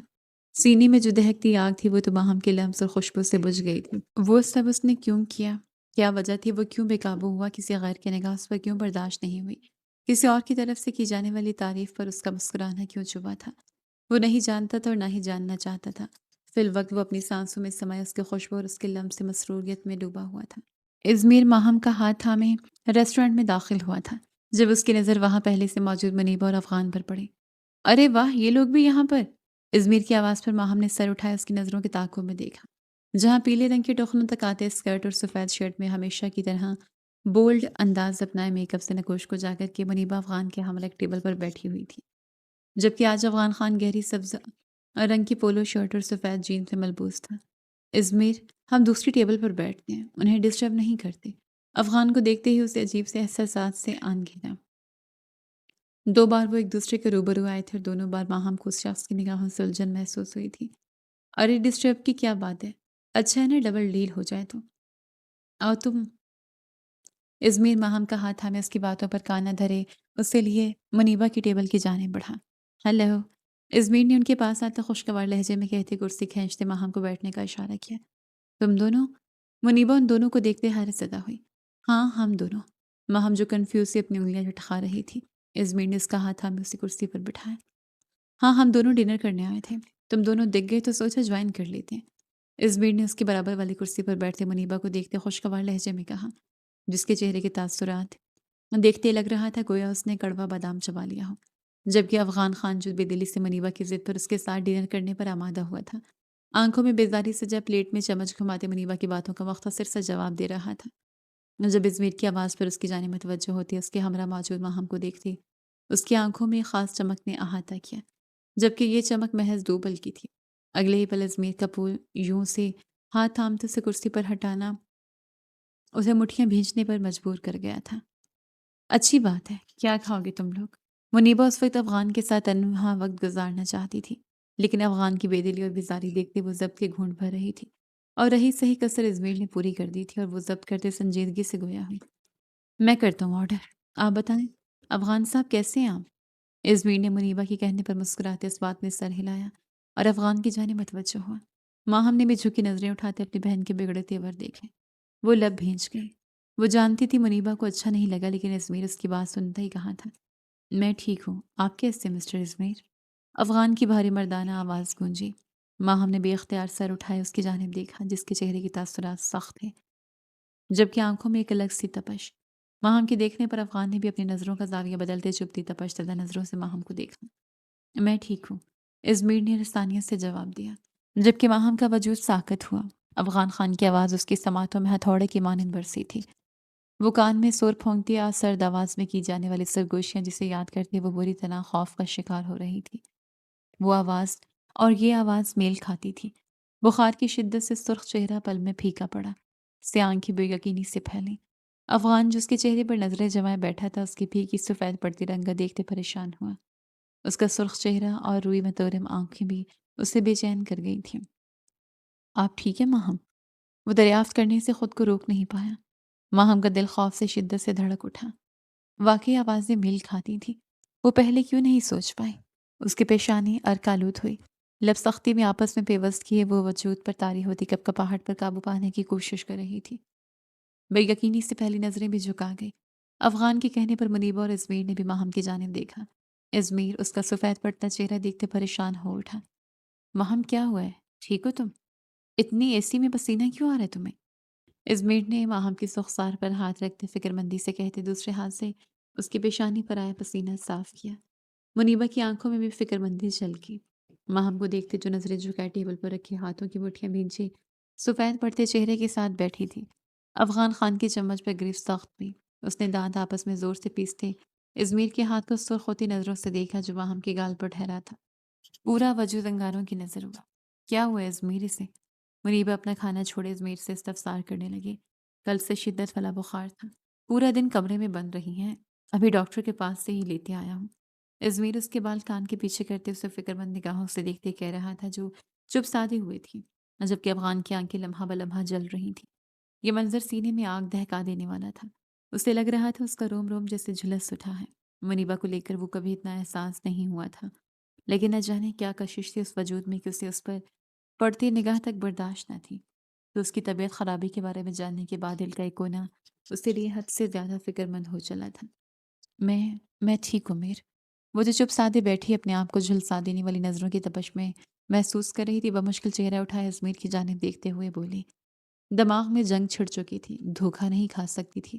اگر وہ کل سے بدحواس سے بخار کی حالت میں نہ ہوتی تو شاید بہت جلد جان جاتی کہ فارم ہاؤس پر اس رات اس کے قریب آنے والا شخص افغان خان تھا۔ یہ اچانک کیا ہوا ہے؟ اتنا پسینہ کیوں آیا تمہیں؟ اور تمہاری رنگت بھی سفید پڑ گئی ہے۔ ماہم؟ ازمیر اب بھی فکر مند تھا۔ بی پی کا مسئلہ ہوا ہوگا، ہو جاتا ہے کبھی کبھار، میں منہ ہاتھ دھو کر آتی ہوں۔ وہ مزید یہاں نہیں بیٹھ سکتی تھی۔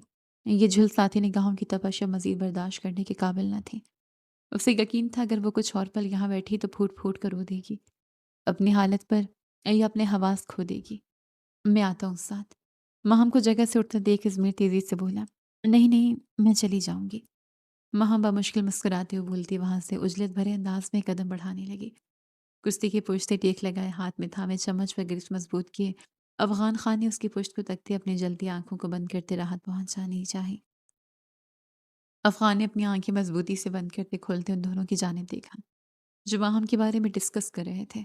ازمیر منیبا کو ماہم کی طبیعت کے بارے میں بتا رہا تھا، جبکہ منیبا کا انداز لیا دیا تھا۔ میں یہ کال اٹینڈ کر کے آتا ہوں۔ افغان نے اپنا بجتا فون ٹیبل سے اٹھاتے ازمیر اور منیبا سے ایکسکیوز کیا۔ ان دونوں نے اس بات میں سر ہلایا۔ ایس ایس کیسے ہو سکتا ہے؟ آواز آواز ملتی ہے ان کی۔ میں دھوکہ نہیں کھا سکتی۔ وہ ہذیانی انداز میں سر کو نفی میں ہلاتے نہ مانگ کے لیے بے ربط جملہ لبوں سے ادا کرتے بنا آس پاس دیکھے آگے بڑھ رہی تھی۔ افغان جو فون سننے کی غرض سے اپنی جگہ سے اٹھایا تھا، اپنے قدموں کو اس کی تقلید میں بڑھنے سے روک نہیں پایا۔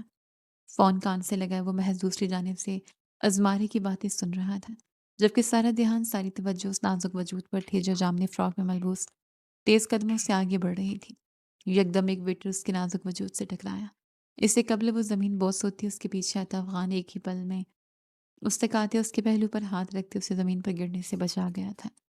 ماہم جو بنا آس پاس کا خیال کیے ہذیانی انداز میں افغان کی وہ جان لیوا سرگوشی اور لمس یاد کرتے چل رہی تھی، ویٹر کے ٹکرانے پر اپنا ڈھیلا پڑتا وجود لیے زمین پر گرتی، جب یکدم اپنے پہلو پر ایک سلگتا لمس محسوس کرتے اس نے اپنی خوف کے باعث بند آنکھوں کو کھولتے خود کو تھامنے والے کی جانب دیکھا۔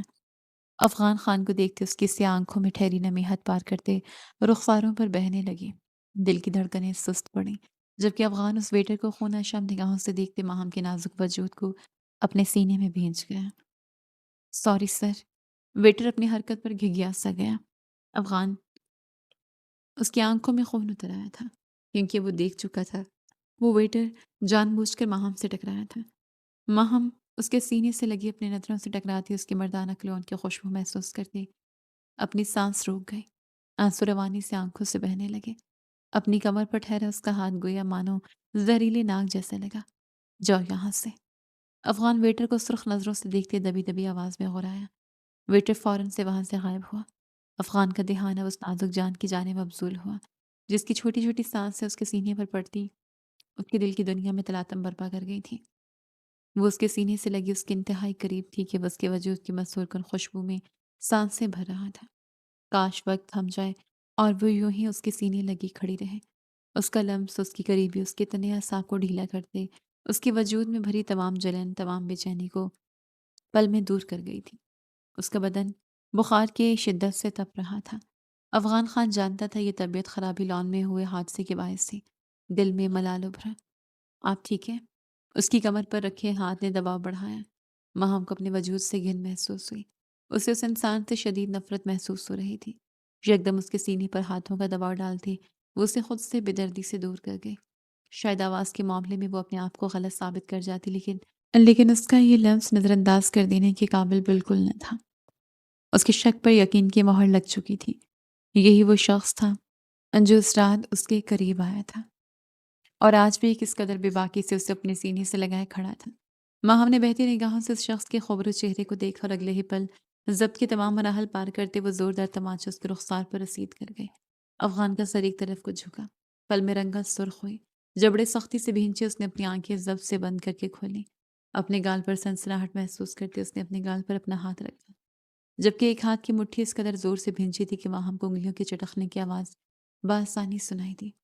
آپ آپ ہی تھے نا پارٹی میں؟ جواب دیں مجھے مسٹر افغان خان، اس دن پارٹی میں آپ تھے جو میرے قریب آئے تھے؟ آگے بڑھتے اس کی شرٹ گریبان سے پکڑتے وہ روتے ہوئے سوال کو ہوئی۔ افغان نے اپنے گریبان پر دھرے اس کے ہاتھوں کو دیکھا۔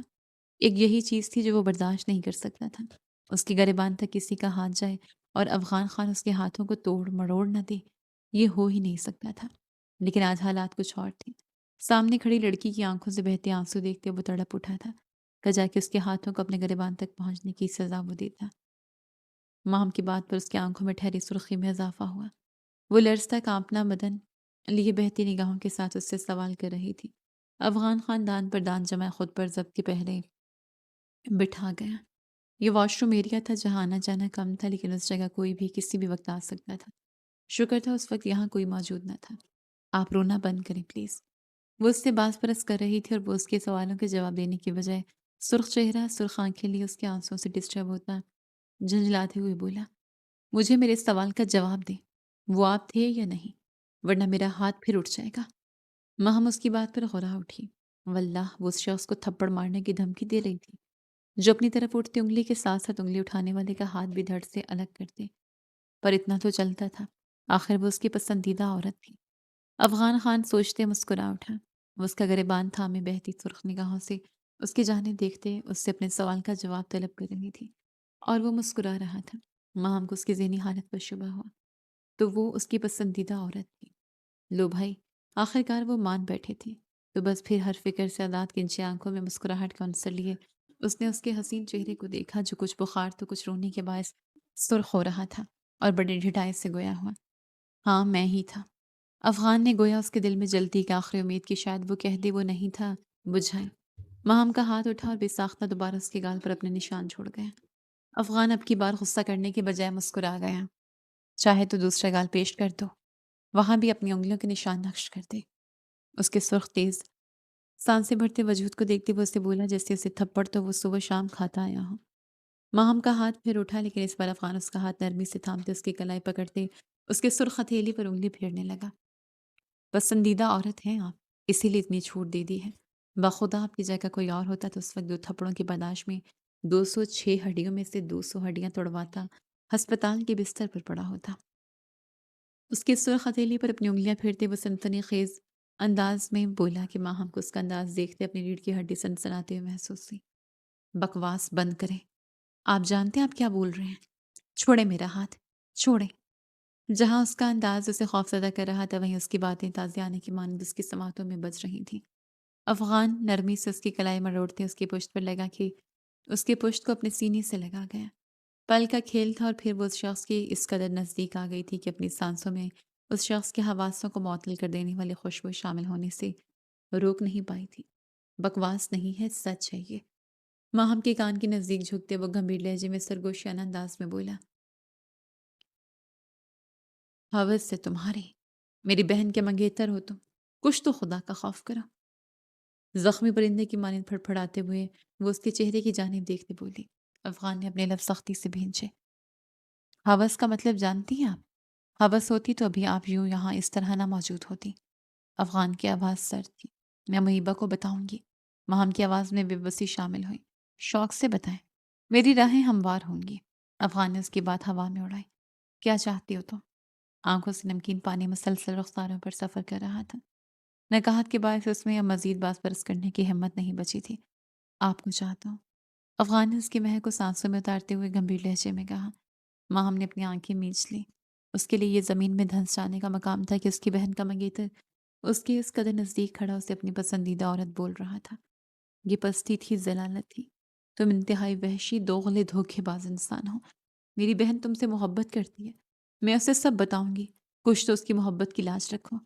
میں ازمیر کو بھی سب بتا دوں گی۔ تم جیسے نیچ انسان کا علاج وہ اچھی طرح کریں گے۔ ماہم نے اسے ازمیر کی دھمکی دی۔ افغان اس کی دھمکی سنتے دھیما کہہ کر لگا گیا۔ غلط بات ہے۔ کیوں چاہتی ہے وہ بھری جوانی میں مٹی تلے جا سوئے؟ افغان خان کے لیے جیسے اب کوئی چیز معنی نہیں رکھتی تھی۔ ماہم کو یہ شخص درندہ لگا، جبکہ اس کی بات پر جیسے اس کے دل کو کسی نے مٹھی میں بھینچ لیا تھا۔ اس شخص کے لیے کیا کسی کو مارنا کوئی بڑی بات نہیں تھی؟ جائیں جا کر کھانا کھائیں اور گھر جائیں۔ ایک لمبی سانس اس کی خوشبو میں بھرتے اسے رہائی دی۔ اس سے اب احساس ہوا تھا کہ یہ نازک وجود اب مزید برداشت کی سکت نہیں رکھتا۔ میں تمہاری سچائی سب کو بتاؤں گی۔ تمہارا یہ گھناؤنا چہرہ بھی میں سب کے سامنے لاؤں گی۔ تمہیں لگتا ہے میں تم سے ڈر گئی ہوں؟ افغان خان، تو یہ تمہاری بھول ہے۔ مجھے آج تک کسی شخص سے اتنی نفرت نہیں ہوئی جتنی تم سے ہوئی ہے۔ فریبی ہو تم۔ افغان کے سینے پر ہاتھ رکھتے اسے پیچھے کی جانب دھکا دیتے وہ ضبط کھوتے چیخ اٹھی۔ افغان خاموشی سے اس کے لفظوں کا زہر گھونٹ گھونٹ پی رہا تھا۔ اور ہاں، میری ضمیر کو ایک خراش بھی آئی، میں تمہاری جان لے لوں گی۔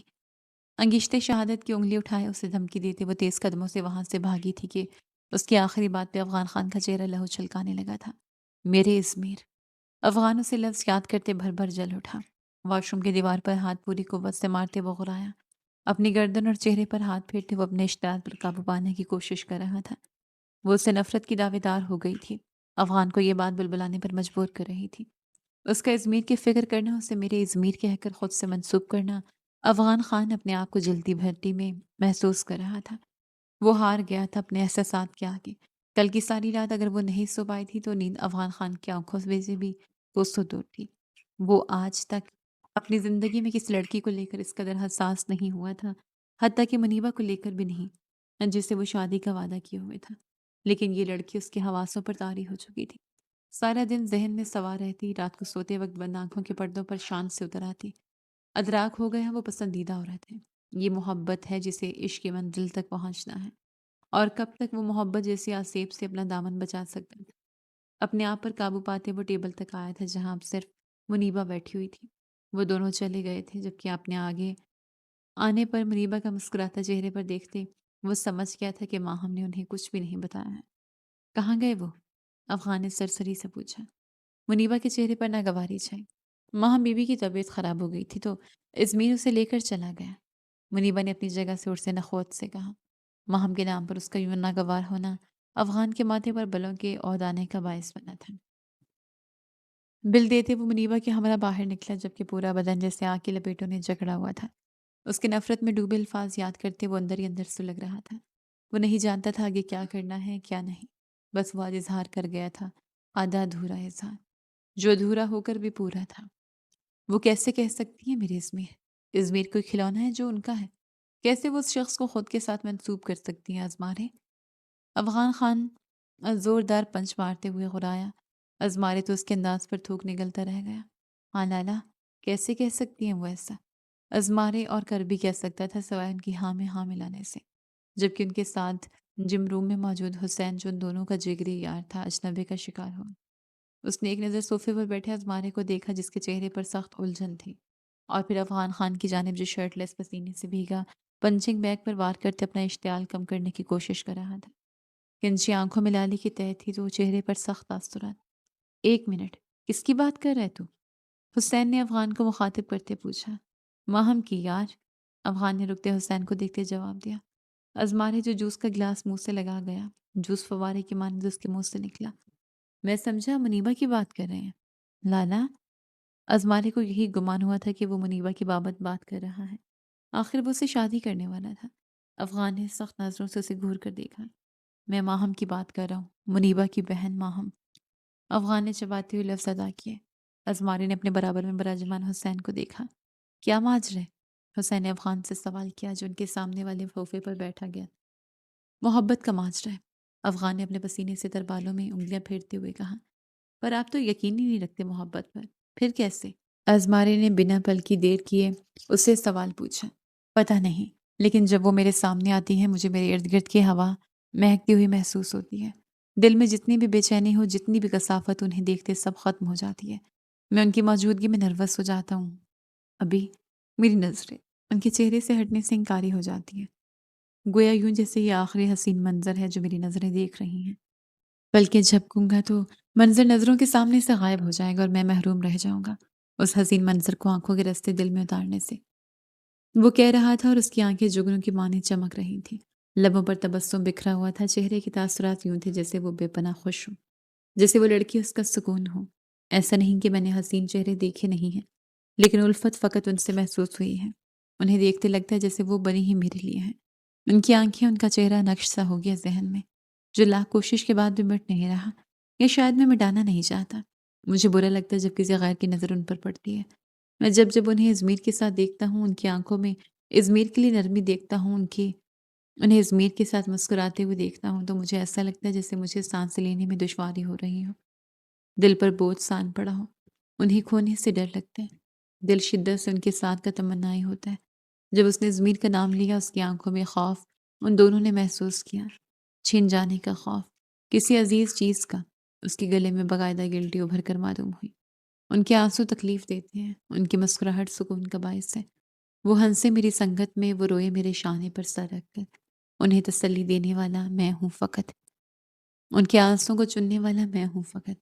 مختصر لفظوں میں کہو تو جھیلیں کیا ہیں اس کی آنکھیں، خوشبو کیا ہے اس کی سانسیں، خوشیاں کیا ہیں اس کا ہونا، تو غم کیا ہے اس سے جدائی، ساون کیا ہے اس کا رونا، سردی کیا ہے اس کی اداسی، گرمی کیا ہے اس کا غصہ، اور بہاریں اس کا ہنسنا، میٹھا کیا ہے اس کی باتیں، کڑوا کیا ہے میری باتیں، کیا پڑھنا ہے اس کا لکھا، کیا سننا ہے اس کی غزلیں، لب کی خواہش اس کا ماتھا، زخم کی خواہش اس کا چھونا، دل کی خواہش اس کو پانا۔ دنیا کیا ہے ایک جنگل ہے، اور تم کیا ہو پیر سمجھ لو، اور وہ کیا ہے ایک راہی۔ کیا سوچا ہے اس سے محبت، کیا کرتے ہو اس سے محبت، اس کے علاوہ اس سے محبت، مطلب پیشہ اس سے محبت، اس سے محبت۔ اس سے محبت۔ افغان نے شدت جذب سے کہتے ان دونوں کو پتھر کا مجسمہ بنایا۔ اس کے لفظ لفظ میں شدت محبت نمایاں تھی۔ اس کی آنکھیں محبت کی داستان بیان کر رہی تھیں۔ اگر یہی محبت ہے تو مجھے محبت ہے ان سے۔ ان دونوں کو حیرت سے واہ ہوئے لبوں کو دیکھتے وہ حسین مسکراہٹ لبوں پر سجائے بولا، حسین یہ افغان لالا ہی ہے نا؟ ازمارے کے لیے یقین کرنا مشکل تھا۔ جس شخص کو محبت جیسے جذبے پر یقین ہی نہ تھا وہ اتنے خوبصورت لفظوں میں اپنی محبت بیان کر گیا تھا۔ صرف لفظوں میں ہی نہیں، اس نے تو ایک غزل کے ذریعے اپنی محبت بیان کر دی تھی۔ افغان سچ بتا، کسی نے کچھ کھلا دی ہے؟ کہیں اس ماہم نامی لڑکی نے جادو ٹونا تو نہیں کر دیا؟ سچ بتا، کوئی چیز کیا اس نے تجھے کھلائی تھی؟ حسین نے یقین تھا۔ افغان کو دیکھتے اس نے پریشانی سے پوچھا، ہاں لالا، وہ بابا ہوتے ہیں جو کہتے ہیں محبوب آپ کے قدموں میں، کہیں انہوں نے اس سے رابطہ کرتے تو کچھ نہیں کروایا دیا، ورنہ کا یہ اتنی جلدی کیسے پلٹ سکتی ہے؟ ازماری کو بھی خدشہ لاحق ہوا۔ ایسا کچھ نہیں ہے، انہیں جادو ٹونا کروانے کی ضرورت ہی نہیں، ہم تو ویسے ان کے قدموں میں ڈھیر ہونے کو تیار ہیں۔ افغان دلکش کہکا لگاتے کہتا اپنی جگہ سے اٹھ کھڑا ہوا، مشکل نہیں ہے پانا اسے؟ حسین نے اس کی پشت کو تکتے پوچھا، جو واپس پنچنگ بیگ کی جانب پلٹا تھا۔ منیبہ اس کی بہن ہے، تو اسے شادی کا وعدہ کر چکے ہیں۔ افغان، حسین کے کہنے پر ازمارے کو حیرت ہوئی۔ سیانے کہتے ہیں وہ وعدہ ہی کیا جو وفا ہو جائے۔ ہونٹوں پر تبسم لیے پلٹتی اس نے حسین کو کہا۔ حسین اس کی بات پر مسکرا دیا، جبکہ ازمانے کا تو دماغ ہی چکرا گیا تھا۔ وہ دونوں اس کے بن کہے ہی سمجھ گئے تھے کہ اس کا اگلا لاہ عمل کیا ہے۔ سر میں اٹھتی درد کی شدید ٹیسیں اس کے معطل حواس بحال کرتے اسے ہوش کی دنیا میں لا پٹک گئی۔ ماہم نے لہجے بھر کے لیے آنکھیں مینچیں اور پھر کھولتے اعتراف کا جائزہ لیا۔ خود کو ایک چھوٹے سے کمرے میں موجود بیڈ پر دراز دیکھ وہ ایک جھٹکے سے اٹھ بیٹھی۔ میں میں یہاں کیسے؟ میں تو ماہم نے زہری لب کہتے جملہ دھورا چھوڑا۔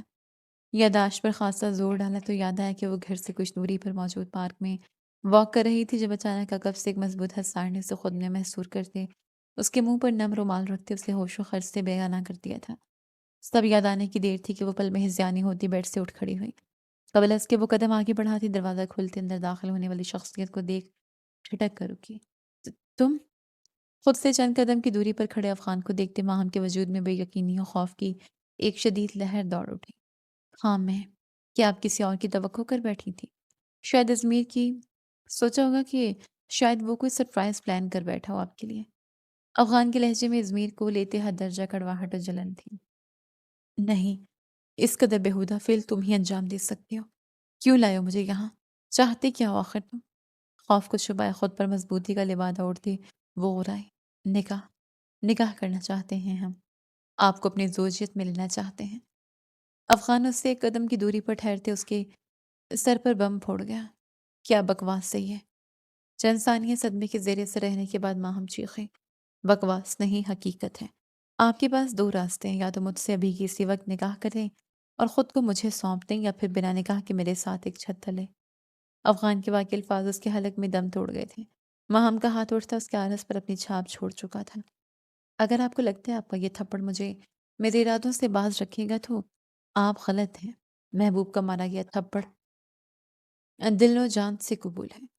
اس کا مارے اشتعال لرزش کا شکار وجود دیکھتے افغان سرخار اس لیے بے شرمی اور ڈھٹائی سے گویا ہوتے اس کی رنگت زرد کر گیا۔ تم ایسا کچھ نہیں کرو گے، مجھے میرے گھر چھوڑ کر آؤ افغان خان، تم میری بہن کے منگیتر ہو۔ ماہم بے بس ہوئی۔ منگیتر تھا، اب تو محض آپ کا عاشق ہوں، اور آپ کا یہ عاشق آپ کو پانے کے واسطے کسی بھی حد سے گزر سکتا ہے۔ قاضی صاحب باہر منتظر ہیں آپ کے، اب فیصلہ آپ کے ہاتھوں میں ہے، یا تو زوجیت میں آ جائیں یا پھر۔ وہ جملہ ادھورا چھوڑے فرار و بچاؤ کی تمام راہیں مسترد کرتا واپسی کو قدم بڑھا گیا تھا۔ وہ اس کے سامنے شرط رکھنے کا حامل نہ تھا، لیکن کیا کرتا، کوئی اور راہ بچی نہ تھی۔ وہ جانتا تھا اگر وہ اس کے سامنے شرط نہ رکھے گا تو وہ نکاح کے لیے کسی صورت نہ مانے گی۔ اسی سبب وہ اسے پانے کے واسطے شرط رکھتا خود کو اس کی نظروں میں مزید گرا گیا۔ اس کی جاتی ماہم ڈھہ جانے والے انداز میں زمین پر گرتی چلی گئی۔ کیا سے کیا ہو چلا تھا، اس کے حواس، اس کی سمجھ بوجھ، اس کا شعور سب اس کے ساتھ جھوٹ چکے تھے۔ بن آواز روتے وہ مختل حواس لی بے جان مورت کی مانند اٹھتے قدم باہر کی سمت بڑھا گئی تھی۔ مقابل سے کوئی بعید جو نہ تھی، وہ اسے بغیر نکاح کے ایک چھت تلے رکھنے سے ہچکچاتا نہ، لیکن اس کی زندگی ضرور بدتر بنتے اسے ذلت کے سمندر میں ڈبا دیتی۔ ایجاب و قبول کا مرحلہ طے پا گیا تھا۔ افغان اپنے ہمراہ موجود حسین اور ازماری کے ساتھ تھا، جنہوں نے اس معرکے کو سر انجام دینے کے لیے اس کا خاصا ساتھ دیا تھا، جبکہ ماہم وہ کمرے کے وسط میں کھڑی ایک نظر کمرے کے بند دروازے پر ڈالتے ایک طرف کھلی کھڑکی کی جانب دیکھ رہی تھی، جبکہ ذہن میں ہزار سوچیں گڑبڑ ہو رہی تھیں۔ نک نکاح ہو گیا، اب اب وہ آئے گا، مجھ مجھے چھوئے گا، اپنی اپنی قربت بخشے گا، مجھے تسخیر کرے گا، اور میں ایسا ہرگز نہیں ہونے دوں گی۔ میں اس شخص کو خود پر اختیار حاصل کرنے نہیں دوں گی، پھر چاہے مجھے موت کو ہی گلے کیوں نہ لگانا پڑے۔ من ہی من میں خود سے کہتی وہ اس وقت ہذیانی کیفیت میں مبتلا کھڑکی کی جانب بڑھتے ڈگمگاتے قدم لیے چوڑی ریلنگ پر کھڑی ہوئی، اور عین اسی پل کمرے میں افغان نے قدم رکھے۔ یہ کیا کر رہی ہیں ماہم آپ؟ اتریں پلیز، اتریں۔ آخر یہ کیا بچپن ہے آپ کو کچھ ہو جائے گا۔ وہ خوف زدہ ہوا تھا، اس کے ڈگمگاتے قدم دیکھتے چیخا، مجھے مرنا قبول ہے لیکن تمہارا ساتھ نہیں، تمہارا چھونا نہیں۔ تم یوں بھی مجھ سے نکاح کرتے مجھے میری ہی نظروں میں گرا چکے ہو۔ میں مزید نہیں گر سکتی، میں اپنی بہن کے حق پر غاضب نہیں بن سکتی، میں اس کی نگاہوں میں خود کو گناہ گار قصوروار بنتے نہیں دیکھ سکتی۔ سنا تم نے؟ تمہارے خود سری آج مجھے اس نہج پر آن لائی ہے کہ مجھے موت کی طلب ہے۔ وہ حلق کے بل چیختی آنکھیں بند کرتے خود کو ہوا کے دوش پر ڈھیلا چھوڑتے افغان خان کا دل سینے سے نکال گئی۔ ماہم! وہ تڑپ کر اسے پکارتا کھڑکی تک آیا تھا، ذرا سا جھانکا اور پھر نظروں کے سامنے آنے والے دلدوز منظر کو دیکھتے آنکھیں مینچیں بدحواسی کے عالم میں سر نفی میں ہلاتے الٹے پاؤں دوڑا۔ ہسپتال کے سنسان راہداری میں موجود بینچ پر کاندھے جھکائے بیٹھا وہ شخص پسپائی کے آخری درجے پر تھا۔ ہلکی آسمانی شرٹ جس پر خون کے دھبے سب تھے، بکھرے بال اور پسمردگی بھرا چہرہ وہ اس جواری کی مانند تھا جو سب کچھ ہار گیا ہو، اور حقیقتاً وہ سب کچھ ہار تو گیا تھا، محبت کو صحیح سے پایا ہی نہ تھا کہ اب کھونے کے در پر تھا۔ اس کی متاع جان اس وقت موت و زندگی کے بیچ منجھدار میں تھی۔ آپ اندر موجود مریض کے شوہر ہیں؟ یکدم اپنے نزدیک سے ابھرتی ڈاکٹر کی آواز سنتے وہ جھکا سر اٹھا گیا۔ جی ڈاکٹر کی کیسی ہیں وہ بےتابی کے عالم میں اپنی جگہ سے اٹھا۔ ابھی کچھ کہہ نہیں سکتے، آپریشن جاری ہے، سر کے پچھلے حصے پر گہری چوٹ آئی ہے، شاید انہیں عرصہ پہلے بھی سر کے اس حصے پر چوٹ آ چکی ہے، جبکہ مختلف ٹیسٹ سے یہ بات سامنے آئی ہے کہ انہیں یادداشت ختم کرنے کی دوائیاں کھلائی گئی ہیں۔ آپریشن کے بعد یا تو ان کی ختم ہوئی یادداشت واپس آ سکتی ہے یا پھر وہ کوما میں جا سکتی ہے۔ آپ دعا کیجیے گا یہ ان کا کچھ سامان، جویلری اور لینس وغیرہ۔ ڈاکٹر پیشہ ورانہ کہتی ماہم کا سامان اس کے ہاتھ میں تھما گئی، جبکہ افغان وہ لت سا گیا تھا، یادداشت ختم کرنے کی دوائیاں، سر کے پچھلے حصے پر عرصہ پہلے آئی چوٹ، اور اب لینس کیا ان کی آنکھیں سیاہ نہیں؟ وہ بڑبڑایا تھا اور اس کی یہ بڑبڑاہٹ ڈاکٹر کے کانوں تک رسائی پا چکی تھی۔ نہیں، ان کی آنکھوں کا رنگ سرمئی ہے، گہرا سرمئی۔ ڈاکٹر کو حیرت ہوئی تھی اس کے لفظوں پر جواب دیتے واپس آپریشن تھیٹر کی جانب بڑھ گئی، جبکہ افغان وہ ہونک بنا تیزی سے بیگ کھولتا اس میں موجود سامان دیکھنے لگا کہ دفتن اس کی نظر ماہم کے چین پر پڑی۔ سبز نگ والی انگوٹھی جو چین میں ڈالی گئی تھی شناسا سی تھی۔ یہ وہ انگوٹھی تھی جو بچپن میں عافیہ سے نگاہ کے بعد اس نے اس کے ننھے ہاتھوں کی زینت بنائی تھی۔ لہجے بھر کے لیے افغان کو اپنی آنکھوں کے سامنے سیاہی سی چھاتی محسوس ہوئی۔ عرصہ پرانی چوٹ، یادداشت ختم کرنے کی دوائی، آنکھوں کا اصل رنگ سرمئی، اور پھر اب یہ انگوٹھی۔ وہ کڑی سے کڑیاں ملاتا جس سوچ تک رسائی حاصل کر چکا تھا وہ اسی نوجوان کو لڑکھڑانے پر مجبور کر گیا تھا۔ اگلے ہی پل وہ ماہم کا تمام سامان اپنے سینے سے لگائے وہاں سے روانہ ہوا۔ اف افغان، تم کیا ہوا؟ تم ٹھیک ہو؟ منیبا جو لاؤنج میں اپنے والدین اور ازمیر کے ہمراہ بیٹھی شدید بیزاری کے عالم میں ان کی ماہم کو لے کر پریشان و بے فکر ملاحظہ فرما رہی تھی، لاؤنج میں قدم رکھتے افغان کو دیکھتے اپنی جگہ سے اٹھتے اس تک آئی۔ ایک سوال پوچھوں گا، صرف ایک سوال، اور جواباً صرف سچ سنوں گا۔ ماہم آپ کی سگی بیٹی ہے؟ منیبا کو ہاتھ کے اشارے سے اپنے نزدیک آنے سے روکتے وہ انگشت شہادت کی انگلی اٹھائے صاحب سے سوال گو ہوا، جن کی رنگت یکدم اس سوال پر زرد ہوئی تھی، جبکہ منیبا ازمیر اور ان کی اہلیہ بھی ٹھٹک سی گئی تھی اس سوال پر۔ یہ کیسا سوال؟ میں نے پوچھا ماہم آپ کی سگی بیٹی ہے؟ وہ گڑبڑاتے جواب سے دامن بچانے کی صحیح کر رہے تھے کہ افغان ان کی بات انتہائی درستی سے کاٹتا وہاں موجود ہر فرد پر لرزہ طاری کر گیا۔ ہاں، وہ میری سگی بیٹی ہے۔ ہاتھوں کی مٹھیاں سختی سے بھینچے انہوں نے لہجے کو ممکنہ طور پر مضبوط بنایا۔ جھوٹ کہہ رہے ہیں آپ؟ انتہائی صفاقی سے ان کی وہ پہچان چھپا رہے ہیں جو مجھ سے منسلک ہے۔ ڈاکٹرز کا کہنا ہے کہ انہیں یادداشت ختم کرنے کی دوائیاں دی گئی ہیں۔ سالوں پہلے وہ ایک حادثے کا شکار ہوتے زخمی ہوئی ہیں۔ یہ لینس، ان کی آنکھوں کا رنگ، اس لاکٹ میں موجود انگوٹھی، مجھے سچ جاننا ہے صاحب، صرف سچ۔ یہ ساری باتیں، یہ ساری کڑیاں اگر جوڑ دی جائیں تو ان کی شناخت آپ کی بیٹی ماہم نہیں، میری بیوی عافیہ افغان خان ہے۔ وہ جیب سے سامان نکالتا صوفے پر پھینکتے گرجا تھا، اور یہ حقیقت ایک زوردار بجلی کے مانند وہاں موجود ہر نفوس پر گری تھی۔ وہاں موجود 4 نفوسوں میں سے 2 فقط تھے، جبکہ 2 کے تاثرات یہ بتانے کو کافی تھے کہ افغان کی بات 100 آنے درست ہے۔ میری بیٹی ہے وہ، میری بیٹی۔ کیا کیا تم نے اس کے ساتھ؟ کہاں ہے وہ؟ صاحب تڑپ اٹھے تھے اس کے لفظ سنتے۔ ضرور ماہم ٹھیک نہ تھی، اور پھر افغان کا ہاتھ اس کے کپڑوں پر لگا خون، وہ دہل اٹھے تھے۔ بس کریں صاحب، بس کریں۔ آخر کب تک آپ اس کی اصل پہچان چھپاتے، اس کی محبت میں خود غرض بنتے، اس کی زندگی تباہ کریں گے؟ بیگم کی ضبط کی تنابیں ہل سے گئی تھیں۔ وہ مزید اس راز کو اپنے دل میں دبائے نہیں بیٹھ سکتی تھی۔ خاموش ہو جاؤ، صاحب نے انہیں خاموش کروانا چاہا۔ نہیں ہوں گی میں خاموش، اب مزید نہیں۔ ماہم ہمیں 15 سال پہلے ہائی وے کے نزدیک موجود نہر سے ملی تھی۔ قریب شاید حادثہ ہوا تھا جس کے باعث وہ بچی نہر میں گر چکی تھی۔ جو ہی ہماری نظر اس پر پڑی، ہم اسے اٹھاتے اپنے سنگ یہاں لے آئے۔ اس کا علاج کیا، اسے اپنے ساتھ رکھا، لیکن جب اسے واپس سونپنے کی بات آئی تو آصف صاحب نے منع کر دیا۔ وہ اس سے اس قدر وابستہ ہو گئے تھے کہ اس کے بنا ایک دن رہنے کے حامل نہ تھے۔ وہ خود غرض بنے، میرے انحراف و احتجاج کو کسی کھاتے میں لائے بنا اس کی جھوٹی پہچان بنائے، اور پھر اس سے لیتے بیرون ملک روانہ ہوئے۔ اسے دوائیاں کھلائیں، اس کا ماضی، اس کی شناخت سب مٹا ڈالی۔ لیکن میرے ضمیر نے مجھے کچوکے لگائے۔ میں ماہم کو اس کی اصلیت سے مکمل دستبردار نہیں ہونے دے سکتی تھی۔ اسی سبب اس کے ننھے سے ہاتھ میں موجود انگوٹھی ایک چین میں ڈالتے اس کے حوالے کی، اور اسے اس چین کو اس گھر کے ہر نفوس سے چھپانے کی تلقین کی۔ اور اس کی آنکھیں، وہ پرکشش تھیں، اور منیبا جو اس حقیقت سے روشناس نہ تھی، محض یہ جانتی تھی کہ ماہم لپالک ہے۔ اس کی آنکھوں اور خوبصورتی سے ہرس کھاتے اسے لینس لگانے کی شرط رکھ گئی، اور میری وہ بچی بہن کی محبت پانے کے واسطے اس شرط کو قبول کر گئی۔ سچائی کی پرتیں کھلتی چلی گئیں۔ ازمیر سر تھامے صوفے پر گرا۔ وہ تو محض یہ جانتا تھا کہ ماہم لپالک۔ یہ حقیقت اسے دھچکا دے گئی تھی کہ منیبا کی بھی حالت کچھ مختلف نہ تھی۔ افغان مسکرایا تلخی سے۔ سمجھ سے بالا تر ہے، ان کی جان بچانے پر آپ کا شکریہ ادا کروں یا انہیں 15 سال تک ہم سے دور رکھنے پر غصہ و شکوہ؟ اذیت سے کہتا وہ پلٹ گیا تھا۔ شک و شبہات مٹتے چلے گئے تھے۔ افغان خان نے جس لڑکی سے محبت کی تھی وہ اس کی ہی گمشدہ منکوہا تھی۔ ماہم کہاں ہے؟ آصف صاحب کا دل پسیج سا گیا تھا۔ اب ان کے اور ان کی بیٹی کے درمیان فاصلے آنے والے تھے۔ ان سے ان کی محبوب بیٹی چھیننے والی تھی۔ ہسپتال کے بستر پر لیٹی موت سے لڑ رہی ہیں۔ دعا کریں رب مجھ سے میری زندگی نہیں چھینے۔